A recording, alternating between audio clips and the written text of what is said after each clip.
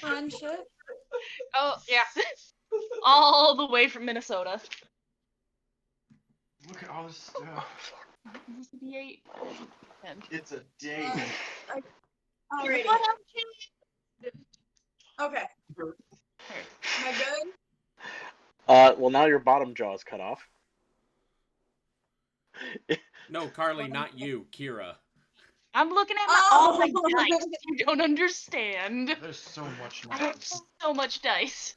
By the way, guys, just to let you know, we are officially broadcasting on Twitch. Started it a couple minutes earlier, just so we have a little bit of more of a time cushion to set up and such.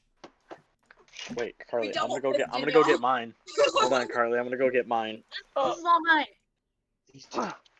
We have vodka and lemonade and beer. Lemonade beer. This is technically a lager and it's delicious. So. But it's made with lemons. I'm trying. I'm not trying to make us read. I know. I'm also trying to get all my dice together. The techies. Fuck. Some people call this old people candy, and I say you're fine with your wrong opinion, but Heath bars are my favorite. So. Oh, Kira, show off all your candy. You gotta grab the bag though. It's right there. Mommy, that's my work. Oh, look at that! You have the same thing! I was just saying I was going to grab mine. I'm sorry, I didn't know what you meant! Ah! Oh, I should probably go and get my character sheet. Yes, you should. Look at all the dice you struggle. can stack on. Well, that's you? God bless. Gazoon type. Oh, bless America.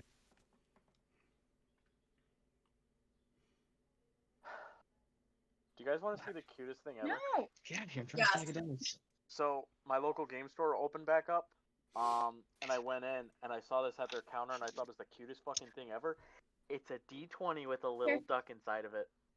All the dice. No, I'll just roll. It's called the Lucky Duck 20. Oh, you're gonna do it that way? Oh, yeah, don't I like that! agree to this. I like that a lot. Because it's got the little duck inside of it. Alright, well, let me check my sparrows. May the rules forever be in your favor. You could also just go hit the third level. Am I coming in alright? You're coming in kind of soft. I was gonna say, oh. I mean, you are very pixelated right now. Okay, how about now? I'm not Maybe it's just me. Oh, No, he's pixelated for me too.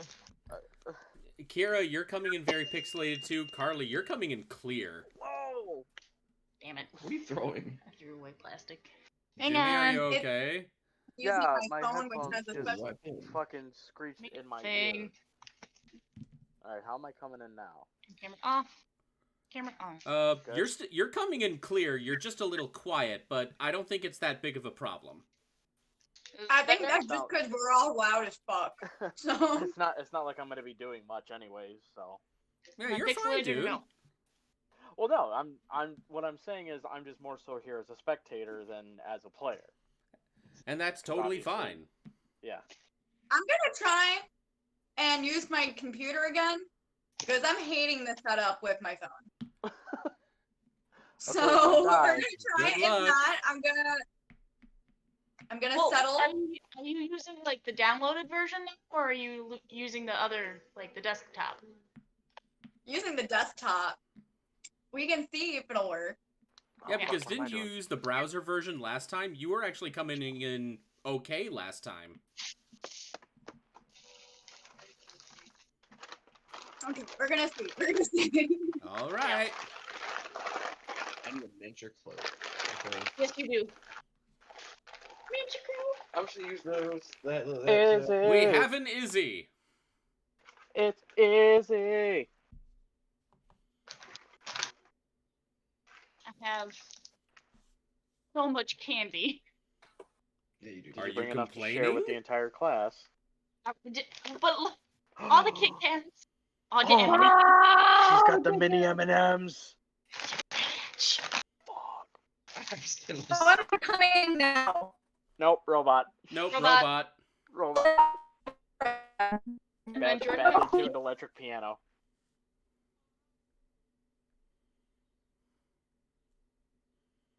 We can't hear you at all. We can't hear now. you at all.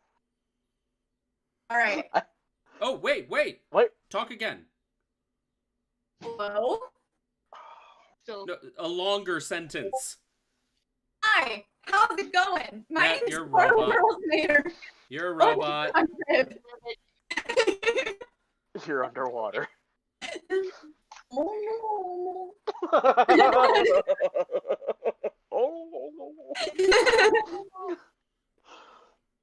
Oh It does What'd you not do? help that I'm high right now. Oh no, What'd you I roll? think that will make everything better. Because I'm just gonna be kind of listening to this like a podcast. I'm gonna be like, wait, what? Yeah, dude, if you want to like treat this like a Mystery Science Theater thing for yourself, go right ahead. Oh, I mean, fuck, that's what dude. Leah's gonna do. She's gonna watch Espe- us fighting. Especially with everything that's kind of been going on, I need to run away we need to a some different world. positivity. That's why I wanted to continue this campaign like through the riots and such, because I want to at least bring smiles to someone. Yeah, I actually, I donated $20 to the Minnesota Freedom Fund, which Nice. it's a fund campaign that's going towards like bailing out arrested rioters. Nice. So it's gonna bail them out. Okay, guys. Okay, so I got the chat open in front of me. It looks like Sterling, Polo, and Yip, they're having like a quick bite to eat right now, but they're going to be hopping on within the next couple minutes. Another announcement, just a couple minutes ago, I have officially bought the 5th edition Monster Manual. I've also announced that in the announcements channel on our Discord. So all of its tools, races, items, feats, resources, since you're all part of the official campaign on D&D Beyond, all of those things are accessible to you. Sweet. Because I got the subscription. And the subscription is only $6 a month. It's cheaper than Disney Plus. Well, which tier did you pick? The highest, like, master tier. Okay, because I Oh wait, I there's have only that, 2 like- tiers anyway, so yeah, master tier. Hello? thought there was 3. There's like free, there's hero, and then there's master. Oh, Hero is better yeah. suited. Hero is cheaper, but you don't get a lot of the perks, but it's perfect if you're just a player. Master tier comes with so much shit, but all of that stuff is only really useful if you're a DM. Oh yeah. So it's perfect for me, and because I got the subscription, and because you're all connected to the campaign, you all get the benefits without having to pay a cent. It's kind of my goal as the campaign goes on to slowly buy more of the resources over time, so that all of you can have that stuff. Like, honestly, I hope to own all, like, the digital books of D&D 5th edition. Do we have Guess who has a microphone? a very good sounding Do microphone? we have a polo? We have a polo? We had a Yeah. polo. We I have didn't polo. bring the- No, I I didn't didn't. bring the Betty this time. The priest. Oh, I pulled it out because it's the last thing for me to pack out of my electronics. So I was like, I might as well use it. Congratulations, by the way, Izzy. We get our keys tomorrow. So happy for you guys. What happened? Did I'm you like so guys move into a new excited. house? No, they're moving. Well, to we're moving into a new apartment down the street, which is it's not that far. It's not like we're going to a new neighborhood or anything, but we want to get away from our roommates. Oh, God, Is it you and your partner, or? Oh, they're just messy boys. Like the disgusting version you could ever think of a messy roommate. Oh, no. Yep. Been down that road before. Polo, Liam, can you hear us? Yeah, I can. There Sorry, we go. I forgot about the button thing. Yeah, guys, considering how well last session went, if you guys want to switch back to your microphones always being on instead of pressing down a button, you're more than welcome to. It was an experiment, and it only kind of worked. So honestly, we will leave it up to individual personal preference from this point forward. Yeah. Oh, we have a I'll Sterling. probably do it since I'm eating. We're Can we just just wait making now? like Yeah. it. Yep. Nice mustache. Why, thank you.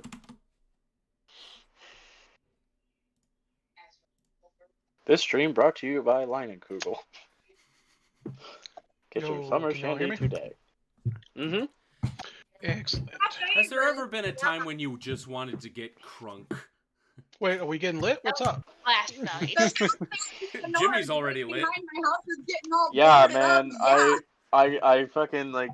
I took like 3 hits off my joint like a half hour ago. So. Oh, no shit, man. If I could smoke and be functional, I would do that. Oh, trust me, I'm functional, but this is. I officially declare this as canon.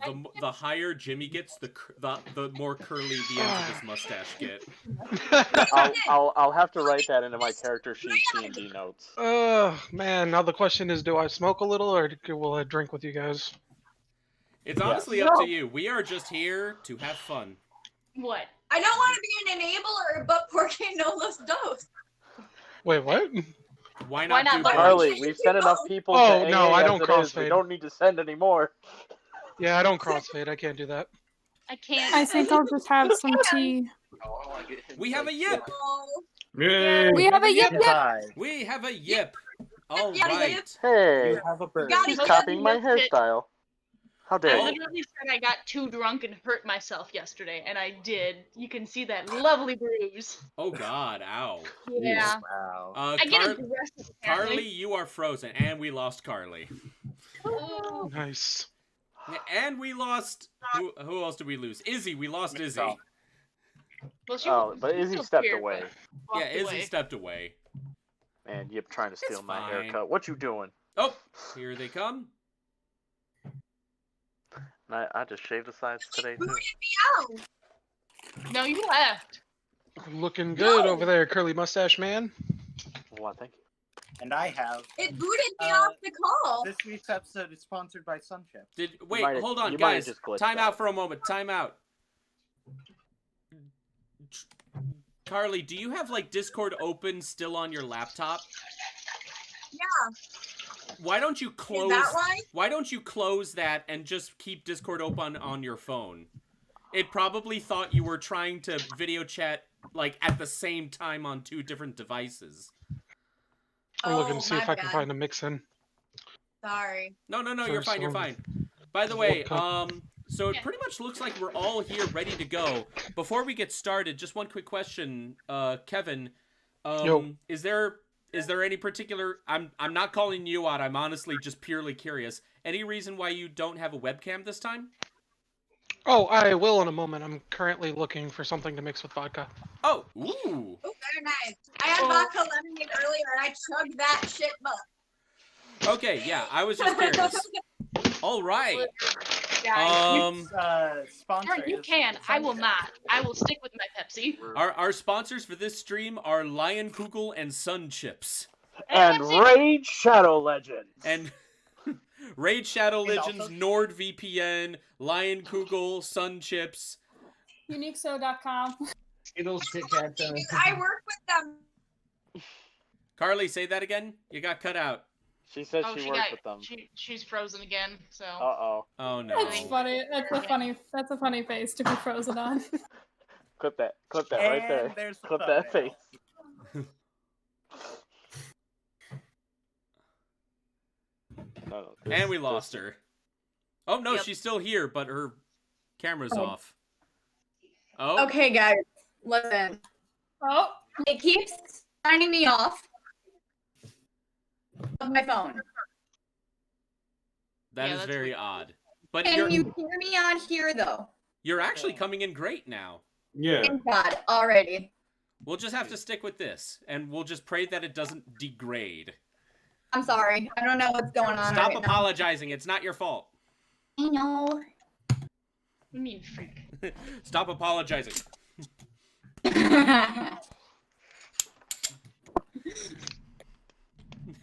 We have ways of making you talk. No. Yes. Hey, then. Hey. are you just gonna continue to do that? Awesome. Apparently so. Bad cop, kinky cop. I mean, this does have this is the back scratcher. Oh, bear that's a claw back thing, so- scratcher. Oh, I have Hey one of man, those. you I scratch have my back, I'll scratch yours. Anywho, all right. So for all of you watching the stream, welcome to Chapter 6 of the Song of the Wilds. Woo! Okay, that woo sucked. Before we get started, does anyone have any like little announcements? Any like little shameless plugs they want to give? Carly, you're the first one raising your hand, so I'm assuming you want to go. I started my new job at Aldi.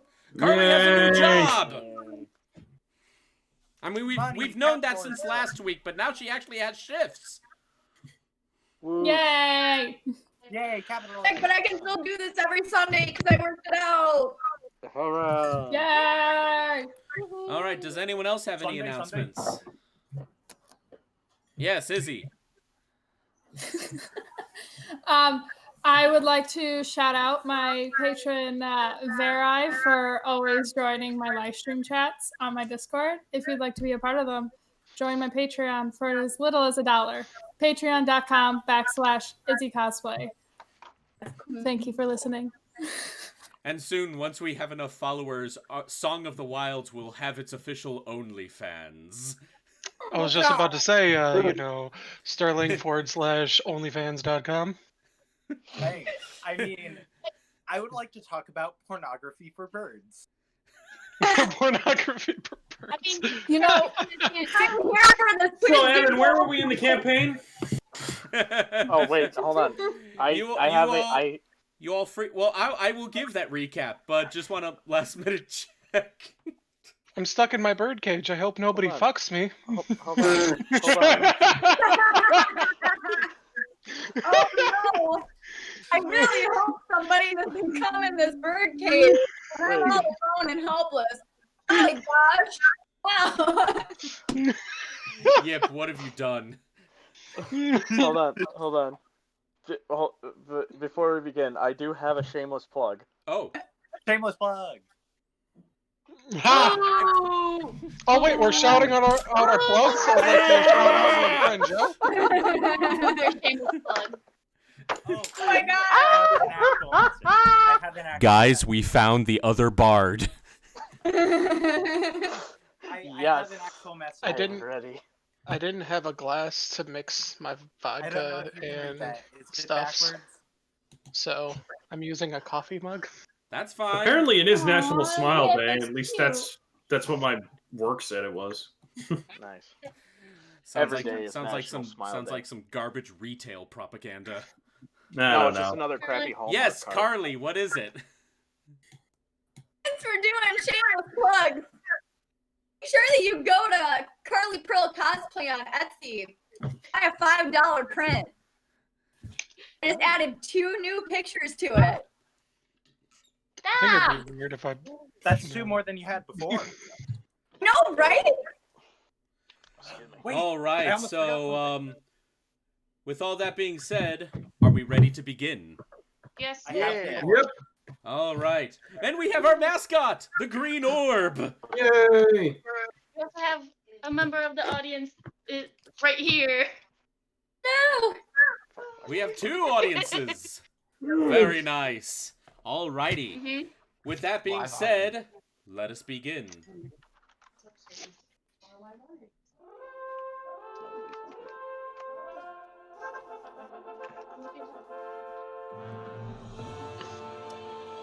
Where last we left off our group of warrior hunters of the Greyblades, they had stuck around the city of Akron, where they came across what looked like a giant slave auction in the middle of the slums of the city.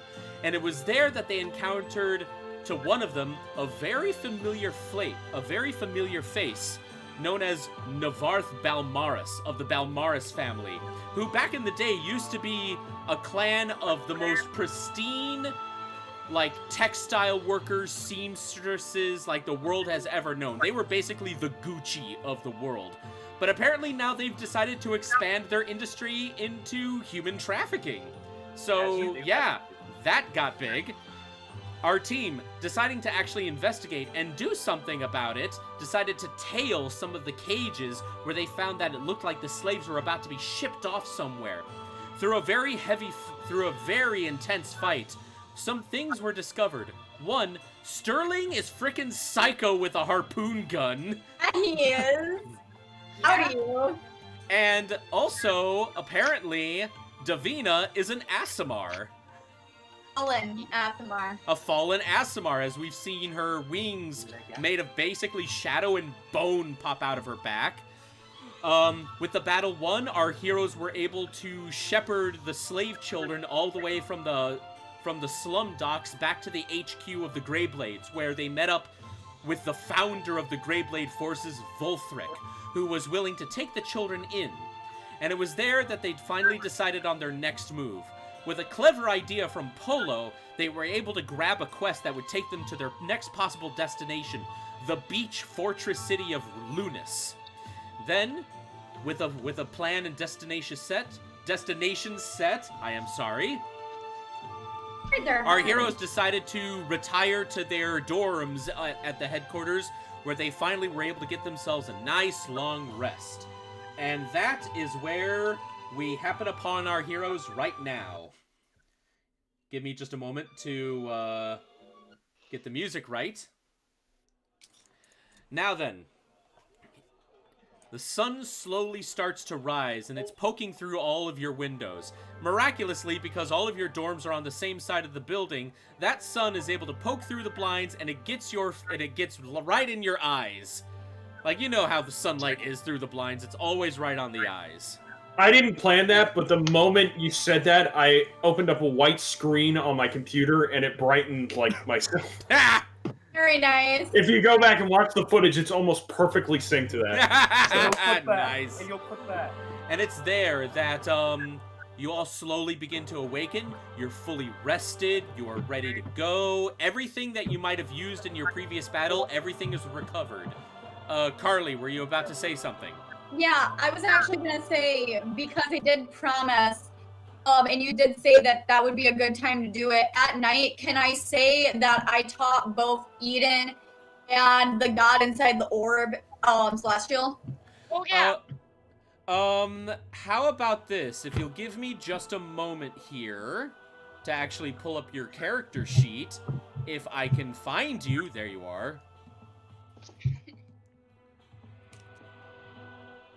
Okay, now this is a little bit after the fact, and normally I would just gloss over this because it's already morning, but for the sake of continuity's sake, Davina, I would like to give you to give me a, let me see here, which one would work?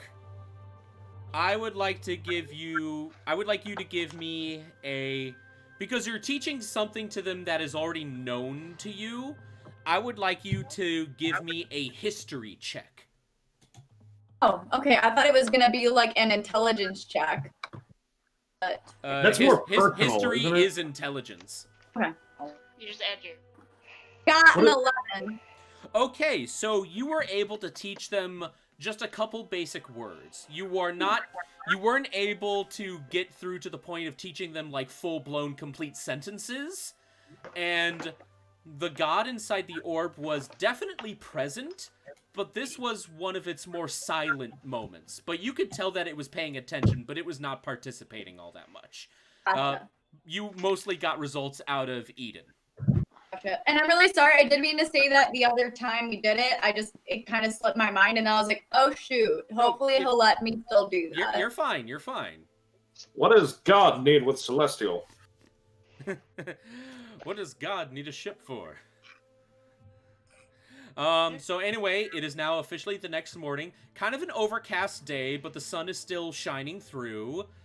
The city is already basically, like, in full force right now. And remember, you guys, your dorms are in the headquarters of the Greyblades. So, what all are you gonna do? I would like to gather everyone to look over the job so we can get some details and know how we're approaching it. I'd probably be the wisest. Yeah. Okay, well, Go to everyone's rooms, knock on their doors, see if they're awake. Get up! Get up! I can't sleep because of y'all. When you say you're gonna do something, I expect you to frickin' do it. Yeah. I can't sleep 'cause Do I have to roll something for that? Like No. an annoyance check or something? I don't know. No, you're good. You knock on everyone's you're doors annoying very loudly. Yeah. Your natural annoyance is enough. We need to look over the job. Everyone get up. Okay. Yes, Kevin. Polo, I'd like to say whenever you like get to my room, the door is just open and I'm not there, but like you hear some sounds that I guess the audience would recognize as probably like a flamethrower out in the courtyard. Oh no. Okay. And you know. Polo, why don't you give me a perception check? All right. What's my plus for perception again? Hang on. +2. Okay. Let's see. I got a 6. Okay, you do hear something, but it is like super faint. But it does sound very much like a. You get to Does that mean I can react to it, or do I not get to? That's up to you. All right. You hear something, it's very faint. It's up to you whether to pursue that or not. Well, it's the only clue I have to where Sterling is, because I can't find him, and I need everybody here, so I guess I just follow that noise. So. All right, so then you walk out to the courtyard, which is this very nice courtyard in the middle of the headquarters. And by the way, just to kind of give a little bit of extra context, the headquarters itself is not just like a single building. It's like a large campus of like, you got like one large square building that's open on the inside where you have like an entire college quad. And in that quad area is a bunch of like little smaller buildings. So right now you're just in that open area. Okay.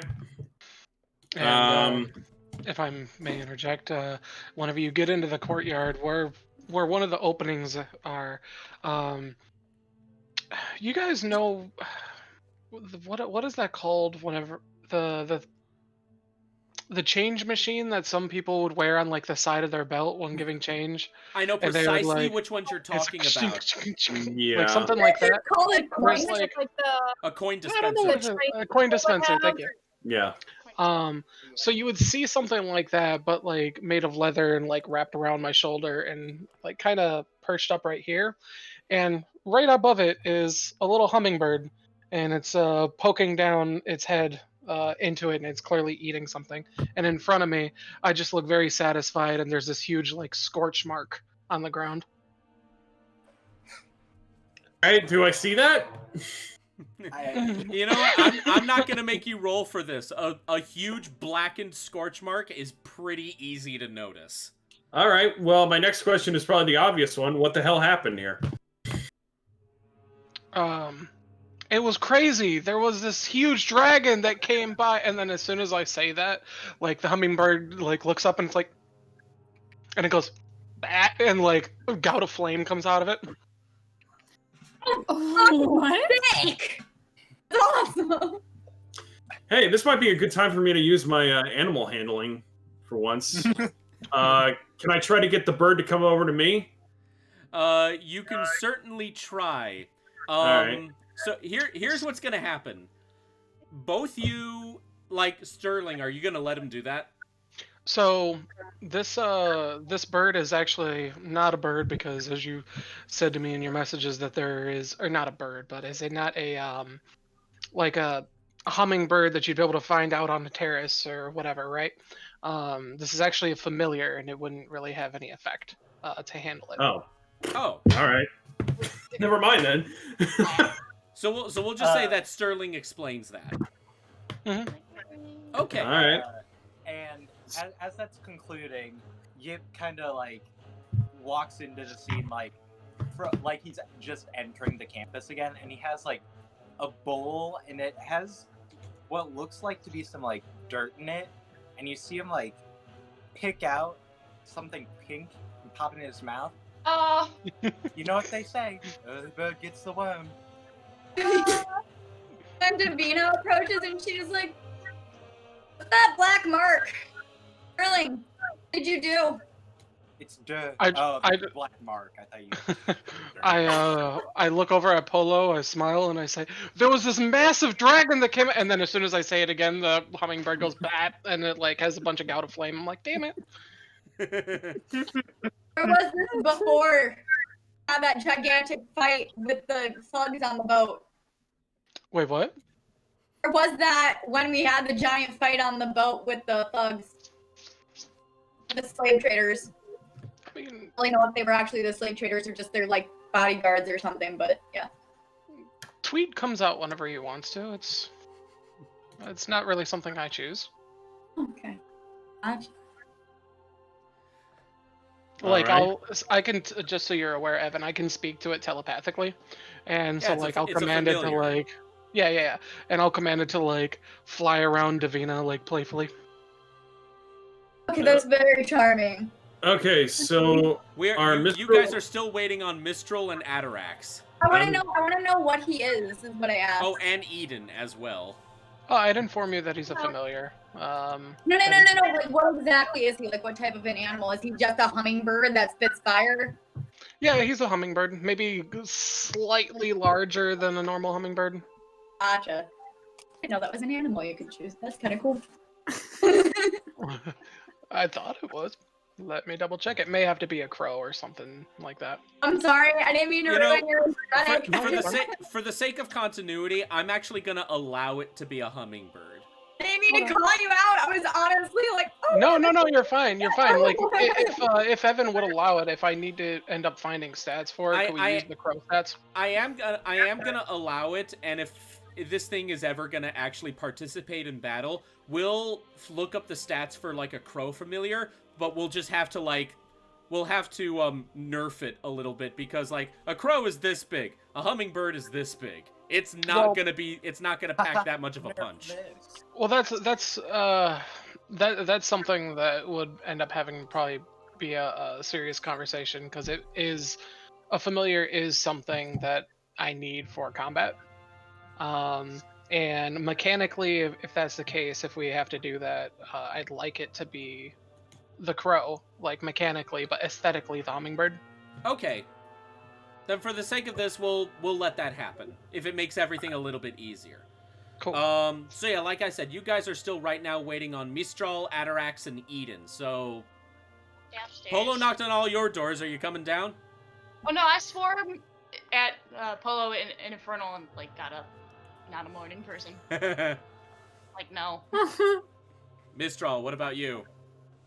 Oh, I end up hearing the knock on the door, and instead of going to the door, I walk to the window and kind of just stare at it and find something to drink. And I just stare out the window, and all of a sudden I see Starling down with a burn scorch, and just seeing everything that just happened, being like, huh, I wonder what's going on. Maybe I should go down there. And I make my way down. And Atarax, what about you? I will say that I was awake and doing a little early morning bedside prayers to Ishtar. And as soon as I hear him, I'll be like, all right, I'll join you downstairs shortly, thank you. And kind of get ready and head down. And I know I said before that you were best boy, but Atarax is slowly creeping in that title. You guys can both be best boy. We'll eliminate you. There can only be one, Shank. This is how everyone becomes murder hobo to get Davina's affection. If that happens. I'm not even gonna try for that because. Thank you. Yeah. All right, so you guys are all together. What's happening? We are? Okay. Well, I guess. Exactly how he said. When did you all get here? Yeah. All right. So I guess I open the job up and pass it around. Okay, so yeah, you each are passed around this one notice request for. Oh, we lost someone. Oh, it was Jimmy. Jimmy. Yeah. So you all are passed around this one single, rather large, like it's kind of 8x11. it's a request notice for bodyguard duty that actually nicely goes to the city of Lunas, which was going to be your destination in the first place, because because it is known that Lunas, while definitely not a bit as big as Acheron, it's known to have a much bigger library there. We were all hoping where you might be able to get some insight on like the concept of divinity in this world. The request notice, however, is for bodyguard duty. One noble known as Baron Edmund has put in the request for some extra security. That is basically a third party apart from his normal bodyguards that he hires at his manor, because he is actually hoping to have a giant banquet in the coming tomorrow, actually. So he is just looking for a couple little extra hands because he has some display pieces that he wants to kind of show off, because you know how nobles are. And he's hoping to have just a little bit of extra muscle just to make sure that things go by smoothly for the banquet. And then, since this is a noble that put the request in, he is offering basically what looks like 70 gold pieces per person in the party should the banquet go by from start to finish without any kind of issues whatsoever. Glad we picked that one, huh, Yip? Yeah. Evan, can I ask a question? What? About my going off of my background, would I know him? Edmund, give me a history check. I was actually gonna. Yeah. What are you gonna do? Well, I was gonna ask if I've ever been to Lunas, but. You personally, I will just automatically say you, Polo, have not been to Lunas. Lunas is just like making sure. Lunas is like exclusively a high-class city. Right. Okay. Because it's just as well fortified as Acheron, even though it's much closer to the ground, while Acheron is built out of a mountain. Yeah. But what makes Lunas so attractive and high class is that it's basically nothing but pure beachfront property. Okay.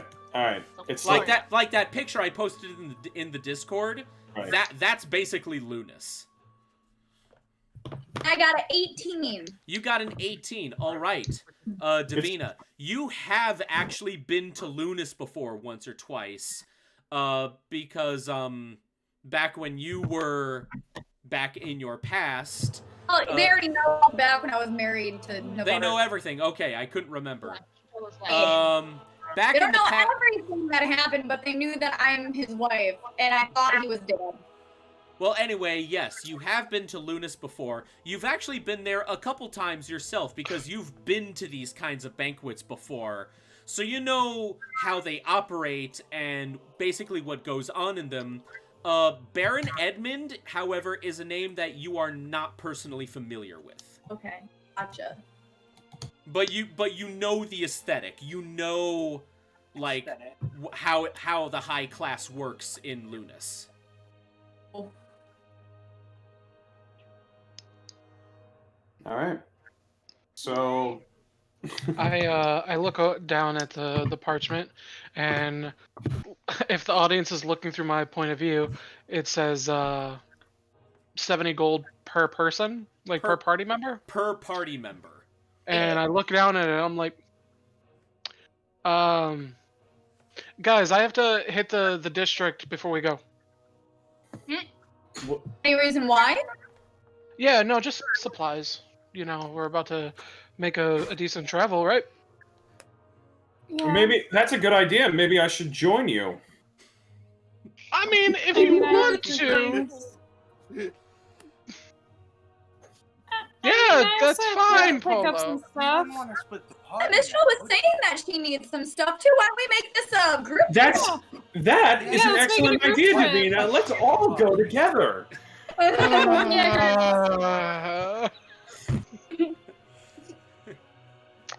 Does anyone else want to say anything?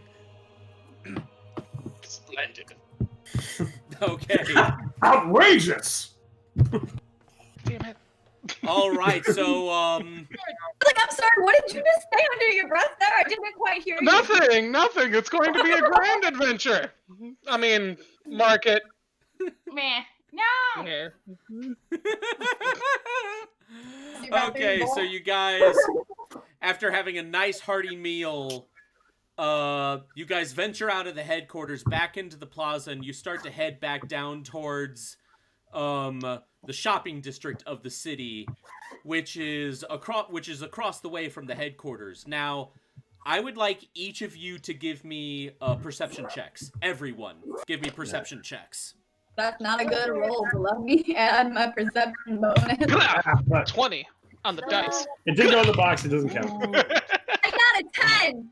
Wow, I'm Still rolling 26. shit today. I got 27 on my perception. I got a 7. I gotta see it. Okay, so raise I got your a raise your 7. raise your hand if you got below a 10.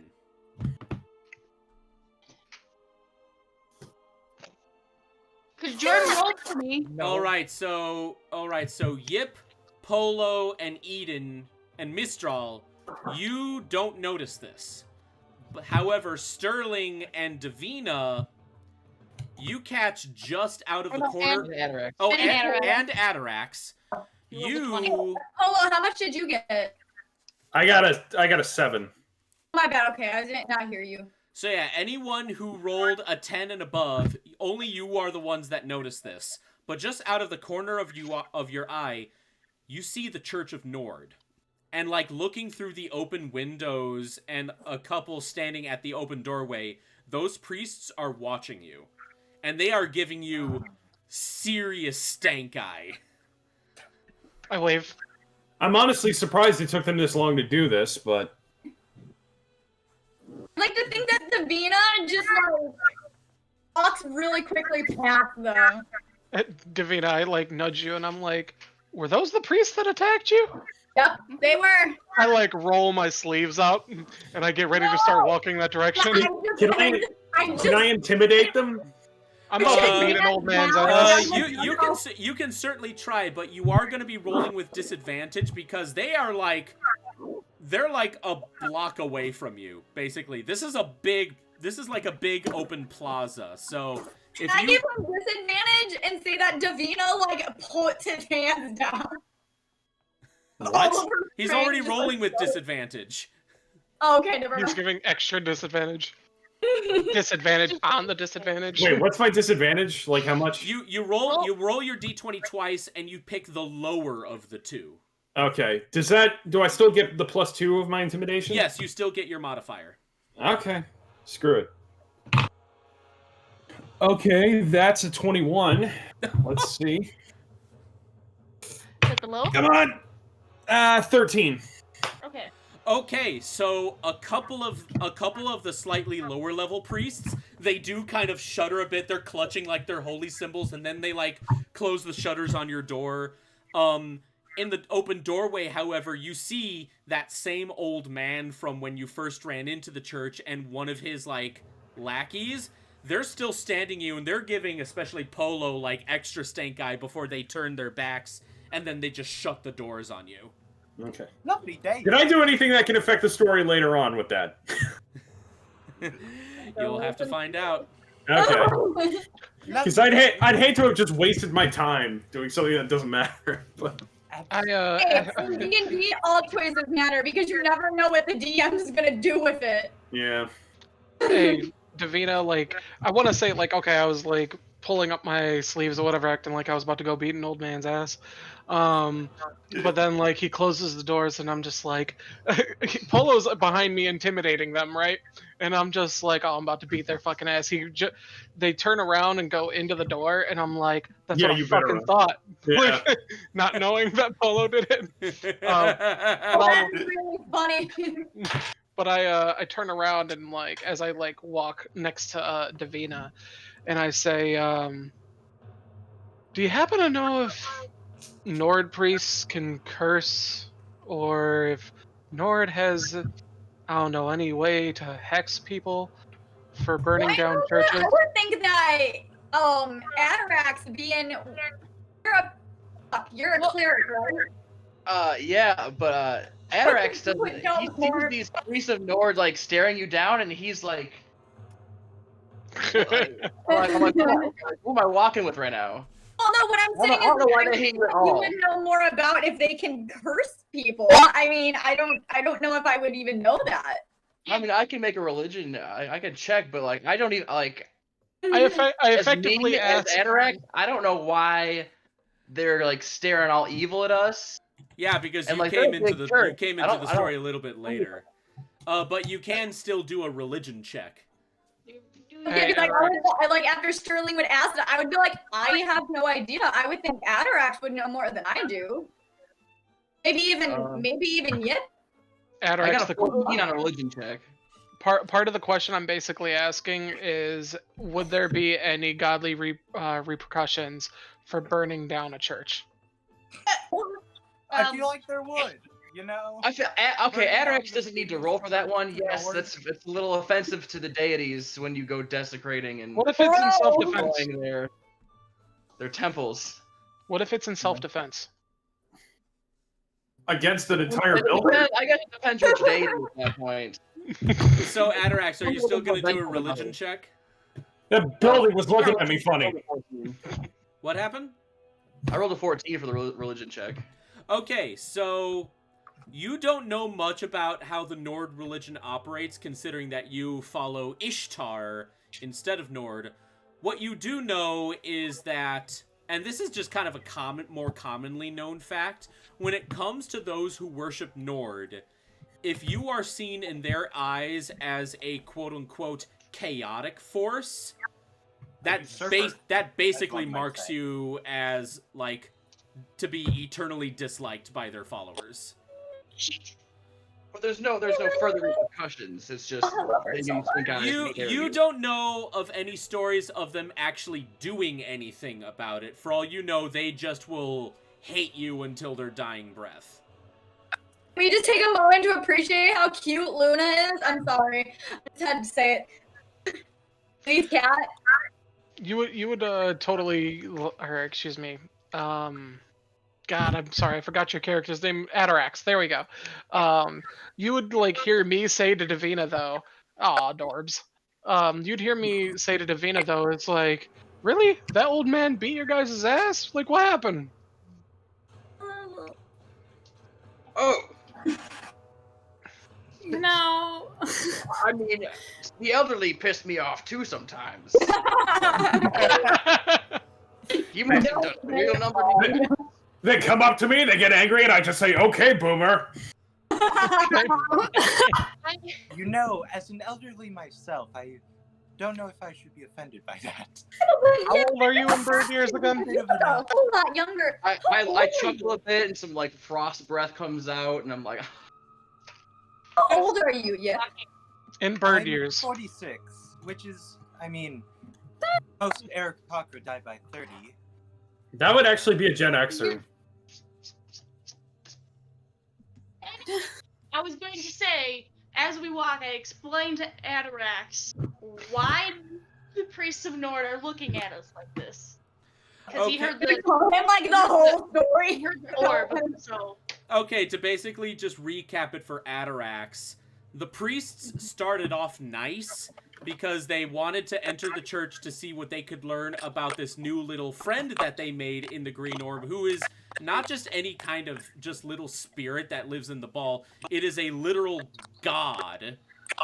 And apparently, the priests were somehow able to sense that it was a divine being inside of the orb, and they instantly turned hostile against the party. And that's when apparently they heard a voice come out of the statue of Nord itself, proclaiming the party as usurpers. And then after that, the party basically turned tail and ran. Now, see, that's interesting because my first assumption, because it said usurper, so my first assumption was usurpers.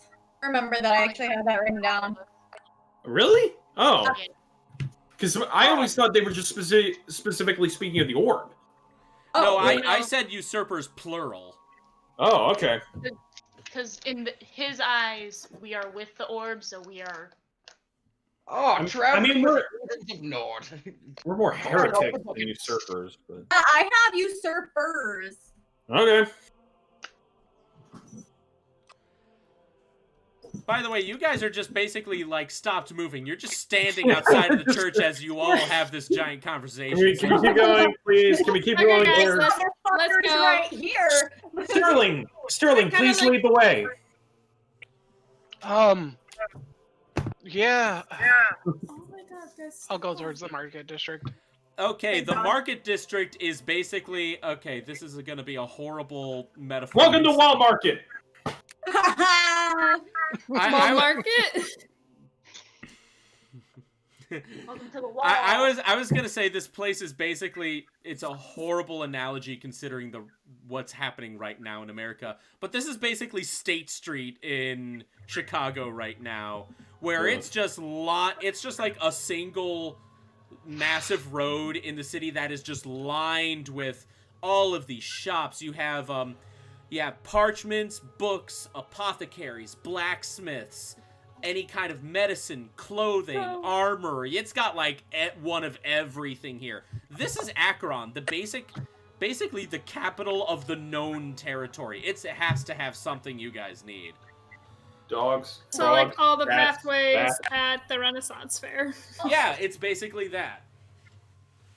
Basically, the Renaissance Fair is a big market. So sad. It is, and it's enjoyable. Ah. I've worked at the Renaissance I Festival. thought you were enough to just know gonna that- throw that over your head and be like, It's "Bye, my everyone." new weighted blanket. Carly got it for me. What? Oh my god, I want one. Oh. You're doing the Markiplier thing. You're doing the Markiplier thing, huh, Evan? Oh my god, this Yeah. feels amazing. And if you put it in the dryer, it stays warm because of the beads inside of it. All right, so you guys are you're basically in Wall Market. It is a massive, like just a massive street of any kind of store you can think of. Does anyone have any things that they are explicitly looking for? Is there Madame M's hand massage parlor? Say that again. Is there Madame M's hand massage parlor? No. Yeah, there's like one massage parlor down the road. I'm kidding. I don't want to get into that. No.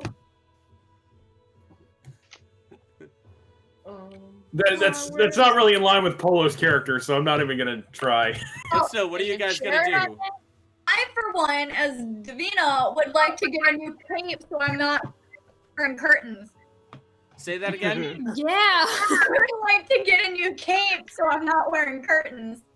All right, so you want to head to... Arax like ripped the curtains down to, like so I could hide my wings or my feathers. Hey, it worked when it was needed. I know, and I still appreciate it, but I really don't want to be Scarlet O'Hara from Gone with the Wind wearing a curtain dress. All right, so it sounds like that the first stop you're all gonna go to is the resident like cloth makers, like where they basically have a nice clothing shop in here. Everything is actually quite high class. This store is a little more fashion than function focused, but then again, a cape is a cape. It's not like there's like metal capes or anything. I'm just looking for a basic brown cape. However, the moment that you all walk through the door, you hear this slam as a ladder just like slides to the end of the wall, and you just see like It's Ollivander! And you just see just sliding gracefully down on like one hand and one foot this very tall looking elf. He's got like a long curly mustache, and he's wearing just like purples and golds, and he's got like a huge V-neck open and like the biggest pimp hat with the biggest feather that you've ever seen. And he's like, "Hello, my guests." I can't help but imagine him being. I can't help but imagine him being played by Leon Chiro. Oh yeah, this guy totally looks like Leon Chiro. Please tell me his name is Anthony. No, his name is Gary. It's just my hand can. Gary. It's just my head canon that he looks like Leon Chiro. Oh yeah, So- this guy totally looks like Leon Chiro. Yeah. Yeah, he just kind of like he Broadway slides down the ladder. And JoJo poses. Oh yeah, he basically JoJo poses, and then he doesn't walk towards you. He struts where he's got like the hands on one hip, he's walking like this. He doilies. Like, and he's like, so how can we help you find people today? I look at him and I say, hello, I'm just looking for a new cape. And he just kind of looks at you for a moment and goes like, oh, ooh. And he like puts his hands on your cheeks, on your shoulders. And Is he's this the like, French guy from Beverly Hills Cop? What is and like he pulls out like a roll of measuring tape out of nowhere. And he like measures your shoulders, your arms, quickly spins you around, looks at your back. And he's just like, ooh, oh dear, this simply will not do. And he like picks up the curtains that were now the cape. And in just a single fluid motion, they're like off of you. Like by the seam, it is like a flawless tear. There's nothing remaining. You don't know how he did that. And he's like, oh, sweetie, no, this simply will not do. He takes the curtains and throws them in the fireplace. Strap in, folks. This is definitely the filler episode. Atarax totally like tries and like grabs the curtains out. And I'm like blowing out my ice breath. I'm like trying to blow out the flames. Like, you know what? I'm not even gonna make you roll for that. You're able to save them, like kind of. There's obvious char in them, but you were able to save it. I want to be clear. I'm loving this, but this is definitely a filler episode. Gary like takes you by the shoulder and he's like, come with me into my magical wonderland. And I just look at him and I say, first of all, you have to tell me your name, kind sir. Oh, my dear. And he takes your hand. You may know me as Gary. And he like dips down and like kisses your hand. Son of Larry. Gary, my name is Davina. It's very nice to meet you. It is so nice to meet you, my lady. And now come with me. And Eden like, leaves. Now here's the thing that what happens. Now here's what happens here. I do apologize. I'm gonna take full control over this because I just think it's hilarious. Yeah, no, this is fun. Davina, this is fun. Like Gary has Davina by like has his arm around Davina, and he's just like talking about the various capes and such as they go down.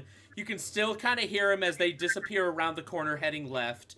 You can still hear him, but now it sounds like they're getting louder, and they come out like the other hallway in the shop, and then all of a sudden Davina has a new black cape. Like he just put it on her while they were talking. She didn't even notice. I love it. Good job. Love him. And then he's like, oh, magnifique. Gary, this is wonderful. How much do I owe you? Oh, my darling, with a pretty face like those, I'm only going to charge you 15 gold for that cape. Jesus. Fantastic. And I give him the 15 gold, and I'm good. I'm good for the episode. That made my entire day. Gary, like, graciously takes the gold, and he gives, like, a very foppish bow. But then his eyes rise, and he looks at everyone else, and he goes like, oh, do some of them need some work as well? And Davina, who I'm guessing is like buddy with Gary right now, is like, well, I'm not quite sure. And I look at everybody and say, you guys need something from this fine gentleman? I'm looking at my so stuff. tempted. I have a cloak of protection, but that's about it. Bear in mind, this guy only deals in, like, pure cloth clothing. Again, it's more fashion than function. But he does sell stuff for capes as well. So, Sterling has just... a question. Oh, yeah, Kevin? Oh, no, I was going to let you speak. I just want... Go ahead and finish what you were saying, and then I'll... I was just going to say, if you're looking for something for actual protection in combat, this is not the place to do it. This is if you just need, like, clothes or just some enhancements for any cloth material. That's it. I'm done. Okay. So, Like, wait, hold on, Carly. Kevin was talking first. I'm so sorry, my bad. unacceptable. No, I'm kidding. So, like, once this entire thing is going on with Davina, I'd actually like to like take a step towards Mistral and say, "Hey, I may need your help in a moment. When you're done here, it's just some haggling related things.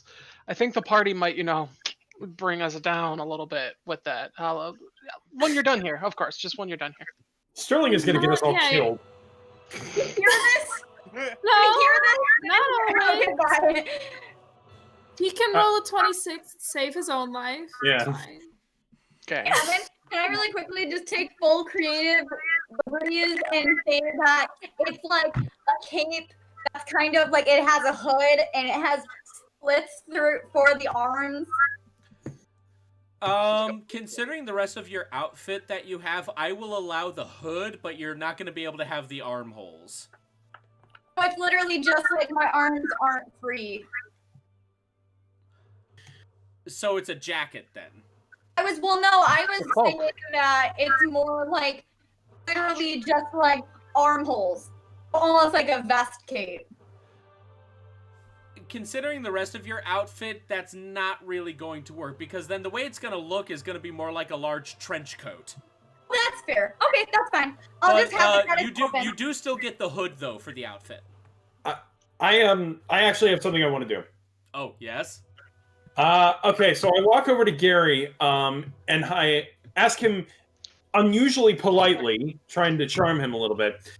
Master Gary, I was wondering, is there anything you could probably set me up with that would look nice enough, but not be too expensive enough that could possibly, say, impress a lord if I needed to talk to one?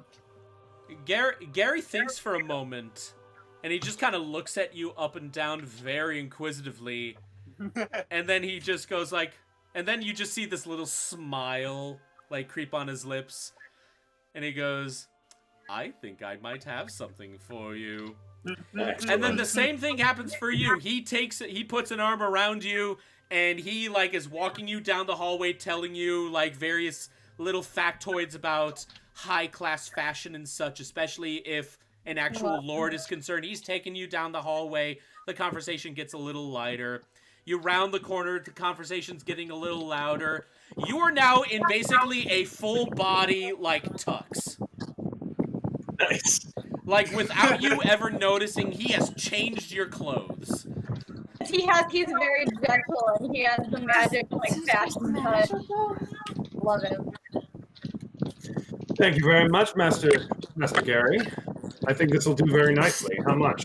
Okay, well, the young lady only wanted a cape, which is why 15 gold was that one. But this is going to be a full outfit. Should you choose to leave with it, I would have to say this one is going to short you about 30 gold. Oh, dearie me.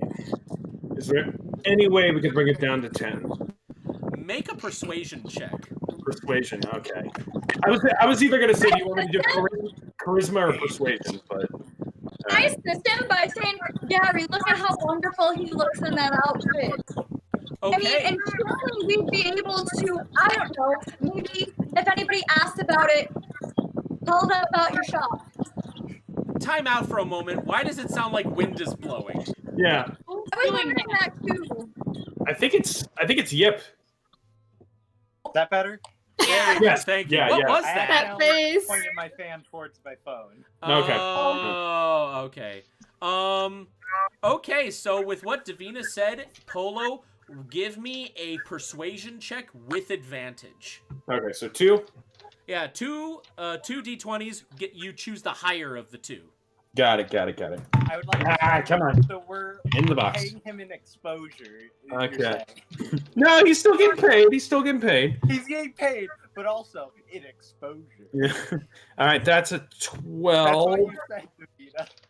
And that's a 13. So 13. You don't have a modifier? That is with a modifier. That is with the modifier. Polo just kind of looks at Davina for a moment. His smile just kind of fell just a little bit. Kind of looks at Polo. I'll separate it for 15 gold. We can do that, can't we, Davina? Yeah, I think we can. Very well sold. Gold sold. just because I like you, Gary. Oh, and I love you too, my lady. Will that be all for all of you? Yeah, it'll have to be. I'm out of I money. would like a cape. And I just add an extra gold because we're about to get 70 gold per person anyway. Yeah, that is very true. So, Gary, do you have a nice cape for me? Gary kind of looks at you, and he just kind of like, he gasps, and he like takes a step back for a moment, and he just kind of looks at you up and down, and he goes, "Oh, my dear, the way you hold yourself, why, it's almost like you're royalty. Oh, I love it." He then puts an arm around you, and he takes you down the hallway. Wait, one second. Davina, write that down that she looks like royalty, because we may need that when we talk to Lord British or whatever. Write that down. It's like SpongeBob. Write that down. Write that down. No, but I'm serious though. That may be important. We may need Mistral for that then. All right, so he takes you down the hallway, talking around the corner, talking. You are now dressed in, while it's not necessarily royalty looking, it is still very nice. A very beautiful, like, slinky burgundy dress. All right then. Carly, you're muted. Then she asked for a cape. The cape. Yeah, but the Oh, you dress did- came out. Oh, wait, I you thought did it was say- a lot better. I'm sorry, I did not hear that. You said cape? I don't know, but she likes the dress, so it's fine. It's fine. It was like one of those surprises. Gary's like, you asked for a cape, but I'm gonna give you something you actually want. Love him. Love him so much. Adding him to my allies.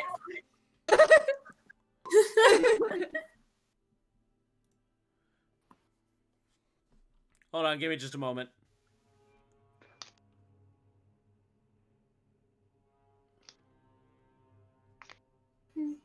Are you reading my message, Evan? I am reading your message, yes. Okay. Yeah, Side no, note, you're welcome to do all this first. That's not important. Okay, kinda but, cool but that I thank you can- for still bringing it to my attention, though. So Okay. I'll be a little more mindful. Consistency with currency is a thing that that a DM needs to know. I don't have to worry about that because I'm out of money. And we have our Sabaru for the party.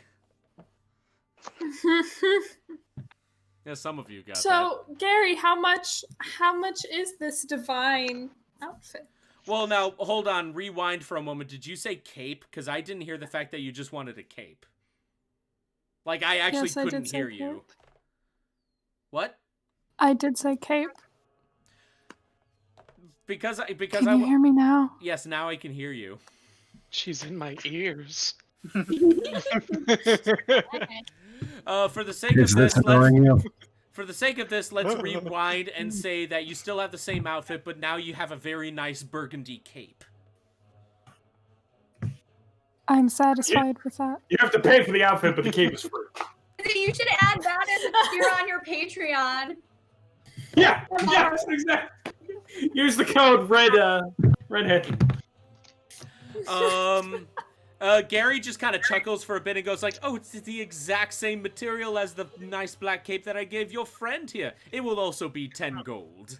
It's the same thing the space shuttles are made out of, Forrest. Hey, mine was 15.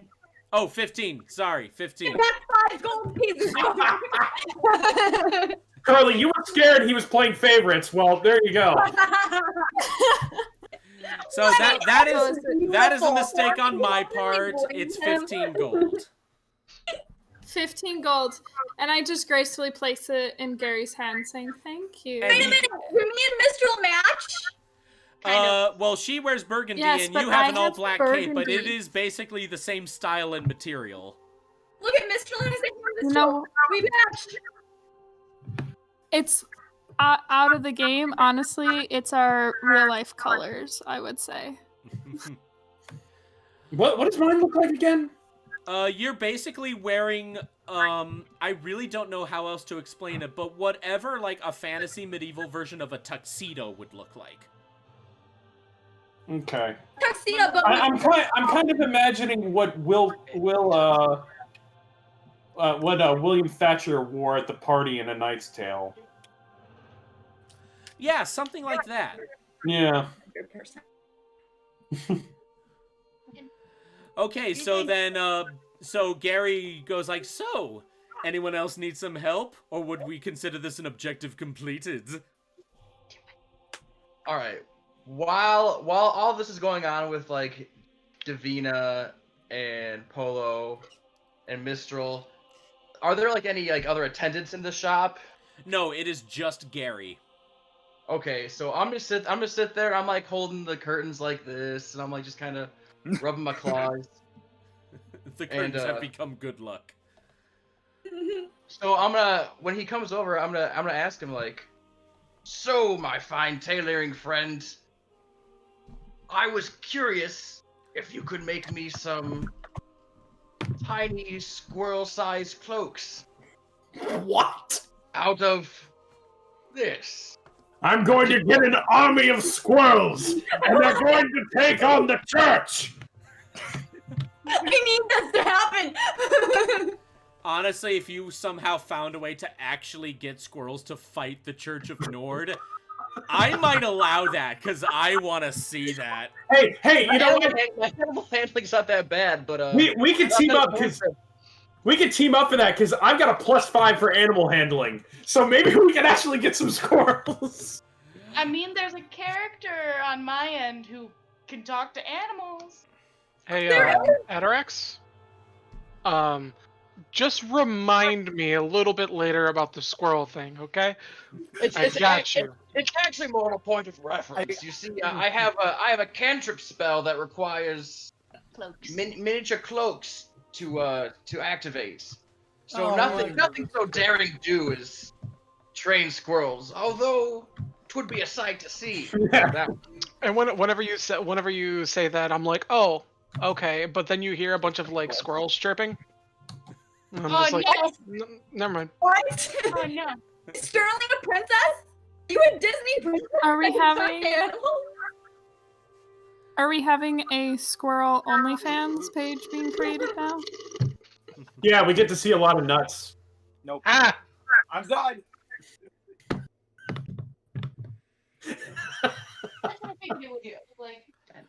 Anywho, I'm looking forward all week to this. Gary looks at the OnlyFans. Gary takes a look at the curtain cloth that you were able to pull out of the fire. He just kind of gives it a once-over a little bit. And he goes, and he kind of gives like a slightly disgusted look like, oh, this cloth is so rough, so drab. Very durable, though. Not... Is he Mr. Humphreys? Oh, he's our Gilmore. He's what happens if you combine Gilmore with Edna Mode. And I love him. Yeah, you basically get John Inman as Mr. Humphreys on Are You Being Served, so, yeah. And he goes like, I'll see what I can do. How many tiny little capes are you expecting? As many as you can try and make out of that mess, good sir. I am getting such Aquaman from Batman Brave and the Bold vibes from Atarax. I love him. I'm sorry. You know, in the midst of all this, Mistral just like seeks out to go meet up with Sterling. Just like saying, just like, you know what? I think this is gonna take a minute. I guess I'll see you guys when you're done. I guess I change back into my regular clothes because I don't want to ruin the nice ones, and I go with Mistral. Okay, so right now it sounds like it's just Yip and Atarax in Gary's cloth shop. Bye, friends. I'll see you later. I'll go with them. This actually works out great because now all of you can get your objectives done. So why don't we actually like move the camera away from the cloth shop now? Because I feel like we spent enough time there. Who else? Are you sure? I think we need some more time. Who else needs to go somewhere? Well, I'm out of money, so I need to get some. Where are you? I just had you. I need to get some like rope and just a little bit of like twigs / like snippets of wood. I didn't know if there's like a little like components a little basically. shop. Okay, Yeah. so the closest place where you can Shop. find something like that is going to be at the apothecary. Cool. Yeah, if Hey, don't if you need it's stuff for like various spells and stuff too, Mistral? I mean, Hmm? Don't you need stuff for like various spells and stuff too? I remember you saying that earlier. that Yes, was that's why I need sticks and rope. Gotcha. I that just was need one of the things I was gonna say. Like, unless we want like a shopping scene every single session or other session, we're gonna want to like scurry past the little component buying, because I'm gonna have to buy a million components. She's gonna have to buy a million components. We're gonna have to get lizard scales, dog hair, Well, I wasn't and doing this, but you okay. know. You know, Well, no, Sterling, I have no problem doing it now. I was You just just saying be in a general. normal person and use an arcade focus. You know, Kevin does bring up a good point. As much as I do love creating new characters like Gary the elf and his cloth shop, we should definitely get the plot moving. Mistral, how much gold do you have? How much gold do I have? How much gold do you currently have right now? I currently have 25 gold. Okay. I am willing to give you like one of every component you need if you're willing to lose 15 gold. Evan, I'm about to message you. Any secrets today? Lots of secrets.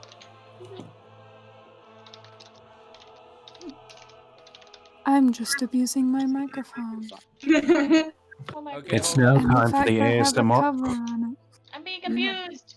It's now time for the ASMR section Stop abusing of Song of the Karen! Wilds. Stop abusing. Don't abuse the head. It's my Okay. favorite part of the body. Okay, so instead of 15 gold, we're just gonna say a collective 5 gold. Damn. Wow. Okay. Way to change the mind of the DM, Sterling. Wow. Well, You rolled high. the thing that I brought to the attention, and I wasn't trying to make any kind of issue, just inform Evan, is in 5e as well as Pathfinder and all these other games, there's normally copper, silver, gold, and gold is normally more difficult to come by. As an example, just a moment ago, I forgot who bought the cape. Davina, you bought the cape for 15 gold, right? Yeah, And so so- did Mistral. So you guys bought a cape at 15 gold, but as an example, you earned 20 of that gold by literally fighting wildlife and guarding people and things like that. Do you see what I'm saying? Like, a cape is worth your entire life. You see what I'm saying? That's where part of the Davina, currency because she issue uses comes. it to hide her race, I would say yes. But So I like Or as a far as like, well, no. Like as far as like her entire life, as any other player, no. But in Davina's case, I'd say to her character, yes. No, I'm not fighting that point at all. Or another quick example would be our spell components as an example. A lot of our spell components are twigs, little pieces of string, a rat's tail, stuff like that. If we try to spend 5, 10, 15, 20 gold, there's almost a certain point where we're just going to bankrupt ourselves trying to cast level 1 spells for twigs and ropes and Glenn, do we stuff want to like make that. the keep $10? Because I'm fine with that. $10, what? Okay, I'm sorry. wait, are we exchanging real money now? What's going on? Sorry. 10 gold pieces. What, for I'm chill with it components? being 15 if it's a really nice case. That in regards to all of that, that's up to how you guys wanted to play it, right? I just know that I mean, I'm gold fine with becomes whatever, because I was actually unaware of that anyway. gold in general becomes much more important as we level up. Because sooner or later we're gonna have to buy a sword that's 1,000 gold, and we're risking our lives for 50 gold. See what I'm saying? Or if twigs cost a gold piece, it's like maybe I should just be a twig salesman instead of an adventurer. I didn't even think of this until just now, but maybe if I had told Gary that I was a Greyblade, I could have gotten a discount.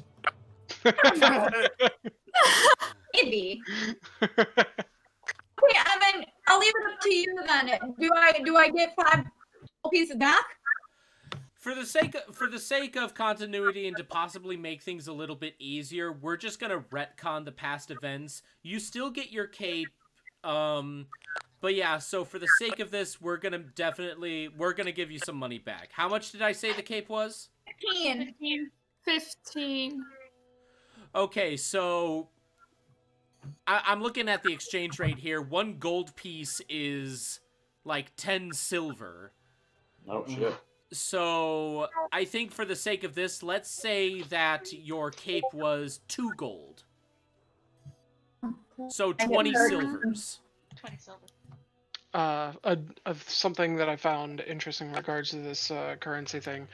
For 5e, 5e, 1 gold piece is worth 10 silver pieces, as you were saying. The most prevalent coin amongst commoners, a silver piece buys a laborer's work for half of a day, a flask of lamp oil, or a night's rest in a poor inn.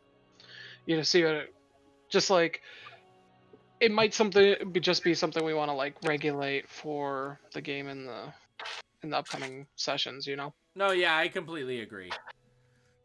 Again, guys, Does that mean mine was first-time worth DM. 2 gold? What? Does that mean mine was 2 gold now? Oh, mine was worth 2 gold, but yours was a whole outfit. Oh, it But depends on we how still much. brought it down to 15 though. So then in your case, it would be like 2 gold and 3 silvers. Okay. So I'll give myself back 10 that I had. I'll still have it. That doesn't mean I gave him the gold piece because I don't want details to be because I wanted. We all still had the experience at Gary's. That hasn't changed. We're just changing the money amount. Yeah. No, but I gave him the gold piece because he basically like. Oh yeah, you tipped him. Yeah, and you don't need to like pay for me now because I have the amount that he would have wanted from me. So No, I just did that because Sabina kind of liked him. Right, but I only had 10 gold, so you needed to pay him 5. No, I only gave him that as like a tip. Oh, well, I only had 10 gold, so that's what I was trying to tell y'all. So. Well, in any case, I'll let him keep the gold piece. It's fine. Well, in any case, a lot of you have your money back. All right. And anything. And we'll just say it happened that way. I'm sorry. I'm rolling in that gold. Economics is not my strong suit. All right. So. All Just wait right. until Sterling wants to invest in stocks. Carly, are you okay? What's that? I said rolling in that money. So in any case, let's try to get the ball rolling here. So moving forward. Mistral, you were able to spend like, let's say like 10 silver for the majority of your components. For stuff like twigs and such, you were able to just pull off of like a couple trees dotted. And like, you know how in cities, like on the sidewalk, they have like those little plots of dirt between the street and the sidewalk, and they sometimes have trees there. You pulled off a couple twigs from there to save money. A stick's a stick. Yes. Does anyone need anything else? Please say no. we don't gotta role play any of this The out. voice of God?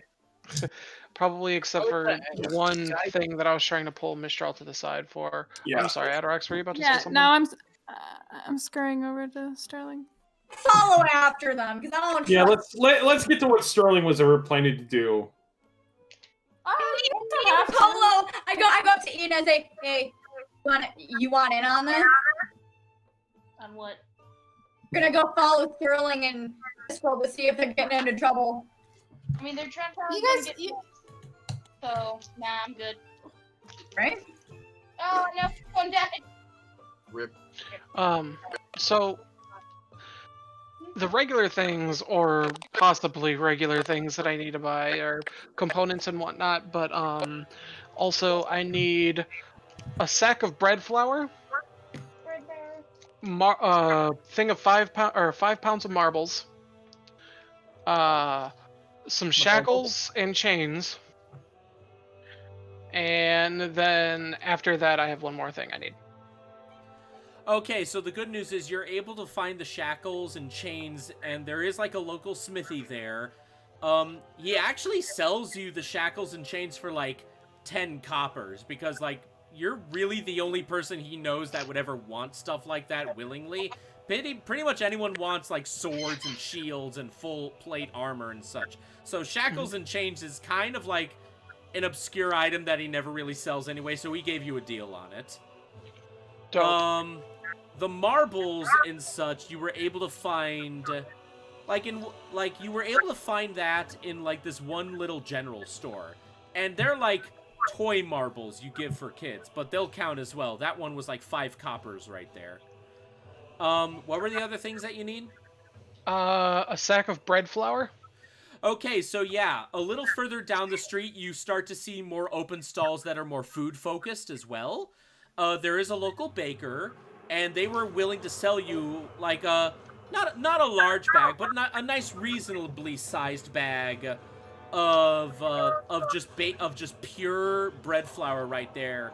That one was 10 coppers. Okay. We're kind of operating on the assumption that 1 copper is $1.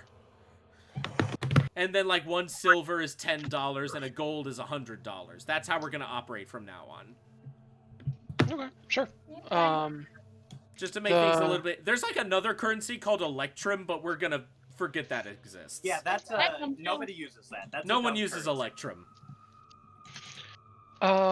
So, and then Mistral, after you see me, I'm done grocery shopping for this weird stuff. The next place that I need to go is probably like one of like the market taverns or something. I'm actually looking for henchmen, or like essentially people that would work for me. There is like a couple taverns. You're kind of making your way down a side street off of the main shopping district, and you do find a couple taverns just kind of nestled in little corners downtown and such. These taverns, however, are just a little bit more higher class than like the standard ones you would normally go to. However, in this one tavern, you do see quite a few attendants there already. They've just decided that this is where they're going to have their breakfast, possibly out of just personal preference. You do see a group of about 3 people there, and they are armed. And you don't need to roll for this perception right here, but you can kind of catch a glint of steel glinting some light off of their chest. These 3 are Greyblades. Damn it. I don't know if that'd work. Me, Is there anybody that doesn't have any clear representation? See this happening? What? Me and Polo followed Sterling and Mistral. Do we see like the shady shit going on? Did you actually enter the tavern with him? I don't know, Polo, did we enter the tavern? Or did you just watch him enter the tavern and you're just hanging out outside? What did you say? I'm just following you.